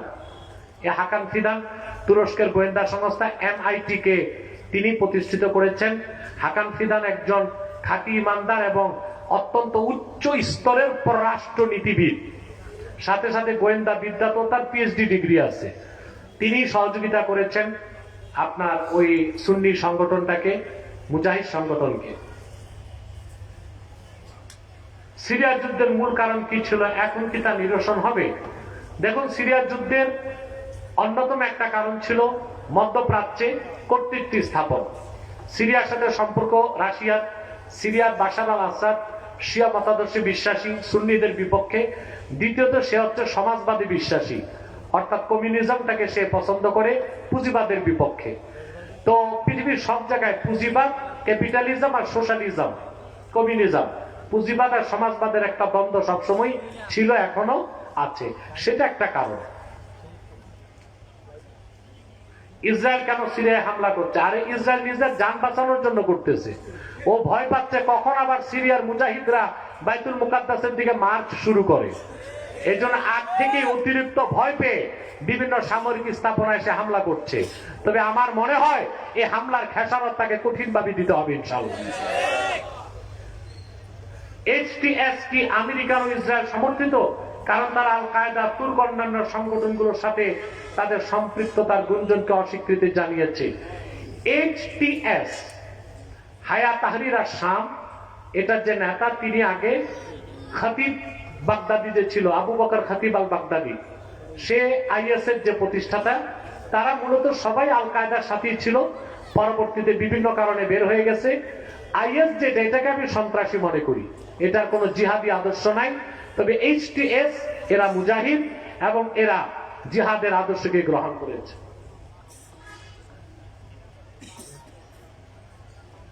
সিদনায়া কারাগার সম্পর্কে আমরা যা মিডিয়াতে দেখতে পাচ্ছি তার সত্যতা কতটুকু, আন্তর্জাতিক মিডিয়াগুলোতে যেহেতু আসতেছে আপনি বিশ্বাস করতে পারেন।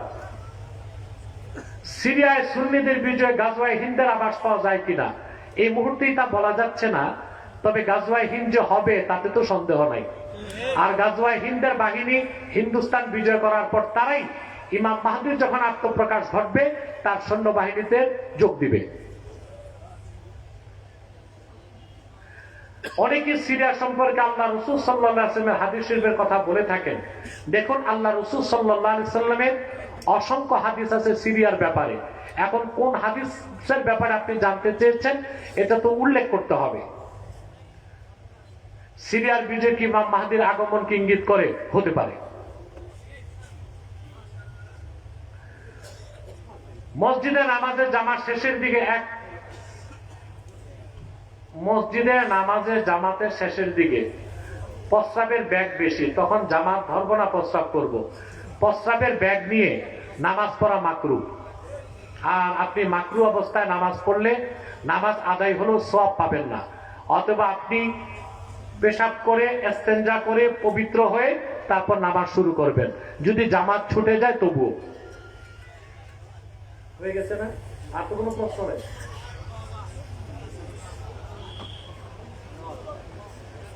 আমি একটি গ্রামে ইমামতি করি, সে এলাকার প্রায় মানুষ সুদের সাথে জড়িত।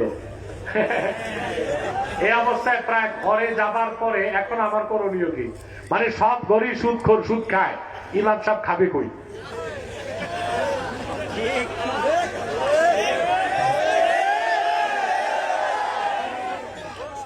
দেখুন, সুদখোর নিঃসন্দেহে কবিরা গুনাহগার। তবে সুদখোর যদি আপনাকে কামাইটা সুদের হয় আর যা খাওয়াবে ওটা যদি কুত্তার গোশত না হয়, মানে জিনিসগুলো হালাল হয়, কামাইটা সুদ, কামাইটা কি সুদের টাকায়, তাহলে আপনি ইমাম হিসেবে ওই বাসায় খেতে পারবেন ফাতোয়া, আর তাকওয়া হচ্ছে খেতে পারবেন না।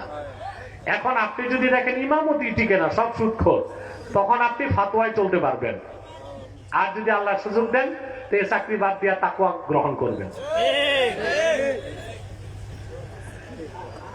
মৃত গরু বা ছাগল বা হাঁস বা মুরগি খাওয়া না জায়েজ, তাহলে মৃত মাছ খাওয়া কেন জায়েজ? এর দলিল কি? হ্যাঁ, হাতে দলিল আছে। আরে মিয়া, দলিল আছে। তোমরা কি গরু বা মুরগি, ছাগল বা হাঁস মাইরা শুটকি বানায় খাও? আর মাছ? হিসাবটা একটু ভিন্ন, হিসাবটাই। আর সবচেয়ে বড় কথা, শরীয়তের কোন বিধানে যদি, কেন, কি, এগুলো তালাশ করা যাবে না। হাদিস শরীফ আছে, হাদিস শরীফে আছে যে মৃত মাছ খাওয়া যাবে, এই জন্য খাওয়া যাবে। কিন্তু যুক্তি খুঁজতে গেলে যুক্তি হচ্ছে গরু মরে গেলে কিংবা বকরি মরে গেলে কিংবা মুরগি মরে গেলে ওটারে কি শুটকি বানায় খান? কথা বলে না। আর মাছ, ওটা তো মাইরেই শুটকি বানান, জেতা শুটকি বানান না। আর শুটকিটা মজা করে খান। চিটাঙ্গের মানুষের কাছে তো শুটকি অমৃত। আপনারা যেমন বল মাছ ছাড়া মেহমান খাওয়ান না, ওনারা মেহমান শুটকি ছাড়া মেহমানদারি করে না। অথবা মাছের হিসাবটাই ভিন্ন। ইসকন বলতেছি, শিরক কত প্রকার ও কি কি, ভুলবশত বা অজান্তে কুফর বা শিরক করলে তওবার মাধ্যমে কি তা ক্ষমা পাবে? শিরক ৮ প্রকার, আর প্রধানত ২ প্রকার। একটা শিরকে আকবার আর একটা শিরকে আসগর। একটা শিরকে জলি আর একটা শিরকে খাফি। আর প্রত্যেকটা শিরকি কুফর, কিন্তু প্রত্যেকটা কুফর শিরিক না। বুঝতে পারছেন? ইন্না বাইনাল কুফরি ওয়াশ শিরকে ওয়াজহাল উমুমি ওয়াল খুসুস। শিরিক আর কুফরের মধ্যে আম ও খাসের সম্পর্ক। প্রত্যেকটা শিরকি কাজই কুফর, কিন্তু প্রত্যেকটা কুফর শিরক না। এই জন্য প্রত্যেক মুশরিকই কাফের, কিন্তু প্রত্যেক কাফের মুশরিক নাও হতে পারে। তো ইন্না আকবাহাল কুফরে আশ-শিরকু, আর সবচেয়ে নিকৃষ্ট কুফর হচ্ছে শিরক। এখন কোন ব্যক্তি শিরক করুক, কুফর করুক, সে যদি তওবা করে ঈমান আনে, আল্লাহ তারে মাফ করে দিবেন। দলিল এই কোরআন। আল্লাহ বলেছেন, ওয়াল্লাযীনা লা ইয়াদউনা মা'আল্লাহি ইলাহান আখারা ওয়া লা ইয়াকতুলুনা আন-নাফসাল্লাতী হারামাল্লাহু ইল্লা বিল হাক্কি ওয়া লা ইয়াজনুন। যারা আল্লাহর সাথে অন্য কাউকে ইলাহ হিসেবে ডাকবে না, বুঝতে পারছেন? তারপরে ওই আপনার অন্যায়ভাবে কাউকে কতল করবে না, জেনা করবে না, আল্লাহ তাদের মাফ করবেন, এটা আল্লাহ বলেছেন। তারপরে আল্লাহ তাআলা বলেন যে কেউ যদি শিরক গুনাহগার হয়, শিরক কুফর না করে, আল্লাহ তাকে মাফ করবেন। আর কেউ যদি শিরক কুফরও করে, তারপর যদি তওবা করে, আল্লাহ তাকেও মাফ করবেন। ইল্লা মান তাবা ওয়া আমানা ওয়া আমিলা আমালান সালিহান ফাউলাইকা ইউবাদদিলুল্লাহু সাইয়্যাতিহিম হাসানাত। কেউ যদি কাফের হয়, মুশরিক হয়, তারপর সে যদি তওবা করে ঈমান আনে, শিরক কুফর বর্জন করে ঈমানকে গ্রহণ করে, আল্লাহ তাকে মাফ করবেন আর তার সব গুনাহকে নেক দিয়ে বদল করে দিবেন। আমার লিখিত কিতাব 2টা আছে স্টেজে। নির্বাচিত তাফসীর প্রথম খণ্ড আছে, এখানে সূরা ফাতিহার তাফসীর। নির্বাচিত তাফসীর দ্বিতীয় খণ্ড, সূরা ইনশিরাহ এবং সূরা ইখলাসের তাফসীর, এই দুইটা কিতাব স্টেজ থেকে নিয়ে যাবেন। আমরা এখনই মুনাজাত করব, একটু সালাত ও সালাম পড়ে নেই মহব্বতে। সাল্লাল্লাহু আলা মুহাম্মদ সাল্লাল্লাহু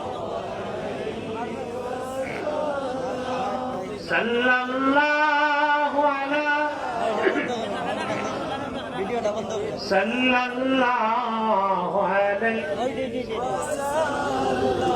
ইয়া নবী সালাম, ইয়া রাসূল সালাম, ইয়া হাবিব সালাম আলাইকা সালাওয়াতুল্লাহ মুহাম্মাদুর রাসূলুল্লাহ সাল্লাল্লাহু আলাইহি ওয়াসাল্লাম খাতামাল্লাহু বিহিন নবুওয়াহ ওয়া হাকামান লা নাবিয়্যা বা'দাহু ইয়া নবী ইয়া রাসূল ইয়া হাবিব সালাম আলাইকা সালাওয়াতুল্লাহ বালাগাল মুনা বিজামালিহি হাসনাত জামিয়া।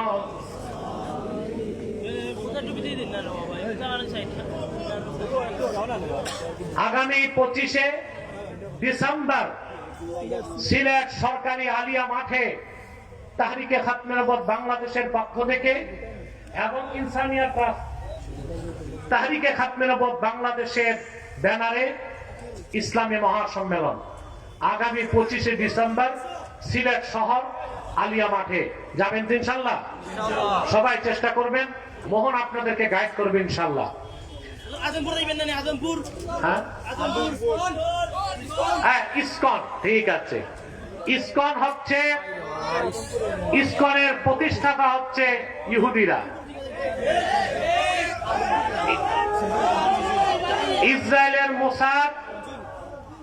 ইসরায়েলের মোসাদের পরামর্শে ভারতীয় গোয়েন্দা সংস্থা রয়ের তত্ত্বাবধানে ইসকনকে গঠন করা হয়েছে। তার মূল উদ্দেশ্য হচ্ছে বাংলাদেশের মধ্যে মুসলমানদের স্বার্থকে ক্ষুণ্ণ করা, ভারতীয় আধিপত্যবাদকে প্রতিষ্ঠা করার ব্যর্থ চেষ্টা করা এবং হিন্দুয়ানি সংস্কৃতি ছড়িয়ে দেওয়া, পাশাপাশি বিভিন্ন রাজনৈতিক দলের নেতাদেরকে হিন্দুদের দালালিতে লিপ্ত করা। আর এখন পরাজিত পতিত সরকারকে আবার দাঁড় করাবার জন্য ইসকন চেয়েছিল বাংলাদেশে মুসলমানদের সাথে সনাতনী হিন্দুদের দাঙ্গা সৃষ্টি করতে। যদিও বা বর্তমান সরকার স্মার্টলি বিষয়টাকে হ্যান্ডেল করার চেষ্টা করেছে। আমাদের দাবি একটাই, ইসকনের সন্ত্রাসীরা প্রকাশ্য আদালত প্রাঙ্গণে আমাদের যে মুসলিম অ্যাডভোকেটকে শহীদ করেছে, নির্বাচনের আগে দেশের মানুষ বিচার দেখতে চায়। আর ইসকনকে বাংলাদেশে সন্ত্রাসী সংগঠন হিসেবে নিষিদ্ধ করতে হবে। আল্লাহ কবুল করুন। দেশে বিদেশে অনেকে অসুস্থ আছে, আমরা সবার জন্য দোয়া করব। 14 জানুয়ারি গোড়ারাইতে দিনের বেলা আসবো ইনশাআল্লাহ, বাদে জোহর। আদমপুর আসবেন, আদমপুর এটা জানি না তো, পুস্টার দেখলাম কোথায় কোথায়? কমলগঞ্জ, আদমপুর। কমলগঞ্জ, আদমপুর। দিনের বেলা আসবো ইনশাআল্লাহ। কমলগঞ্জ, আজমপুর যাওয়ার চেষ্টা করবেন ইনশাআল্লাহ। 25 ডিসেম্বর। রব্বানা যালামনা আনফুসানা ওয়া ইল্লাম তাগফির লানা ওয়া তারহামনা লানাকুনান্না মিনাল খাসিরিন। আল্লাহ তাআলা ইনসানিয়াত ট্রাস্ট এবং তাহরিকে খাতমে নবুয়ত বাংলাদেশ যুক্তরাজ্য শাখার উদ্যোগে আয়োজিত আজকের মাহফিলে তোমার হাজার হাজার নেককার বান্দা পর্দার আড়ালের মা বোন নিয়ে হাত তুলেছি।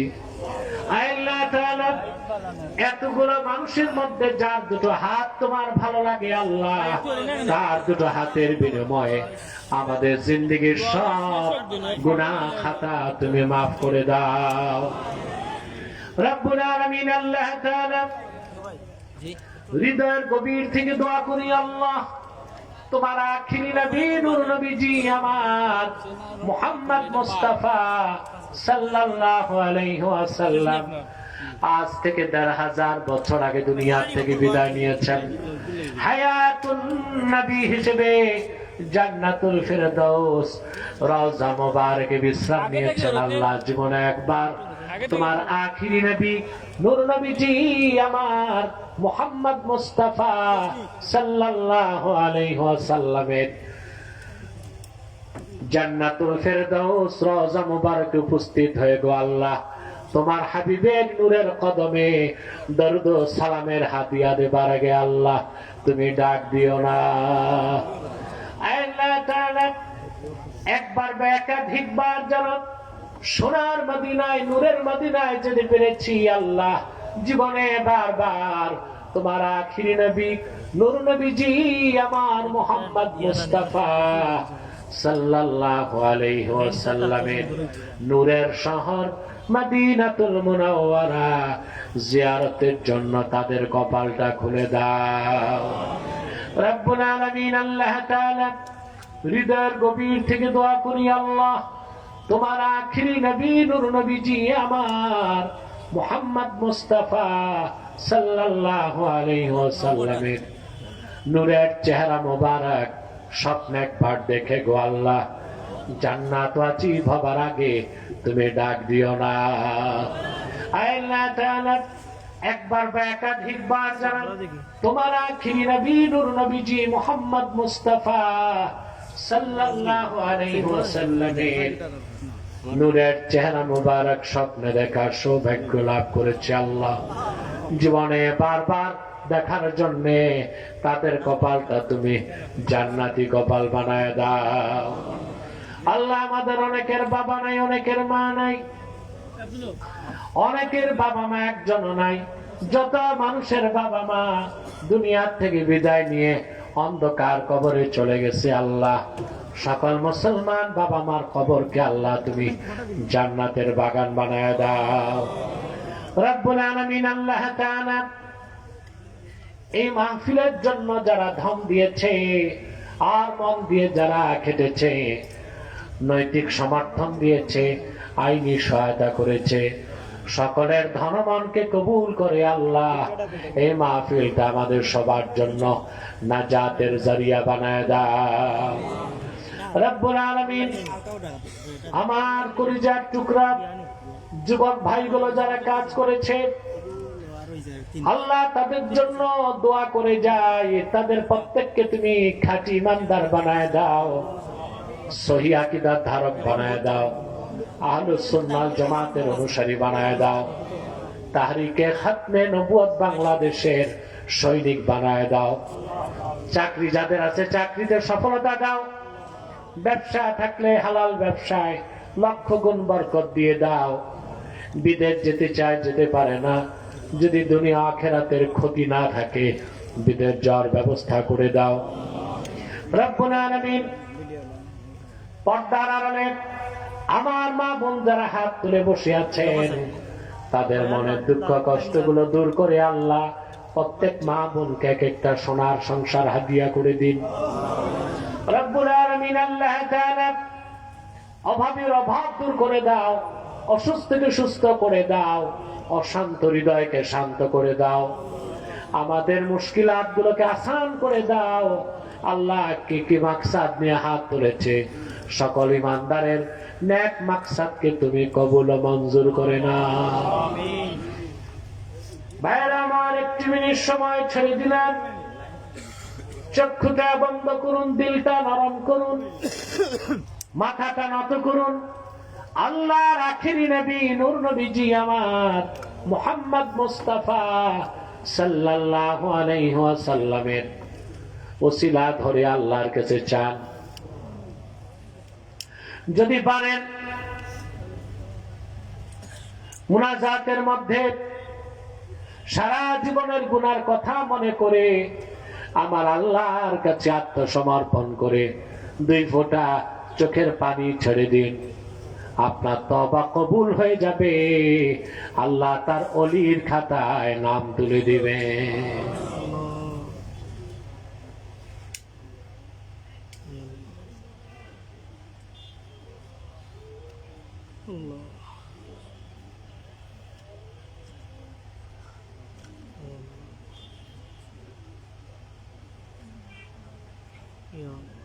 হায় আল্লাহ, আব্বাসীয় প্রতিনিধিকে বাংলাদেশের প্রধানমন্ত্রী বানিয়েছেন। আমিন।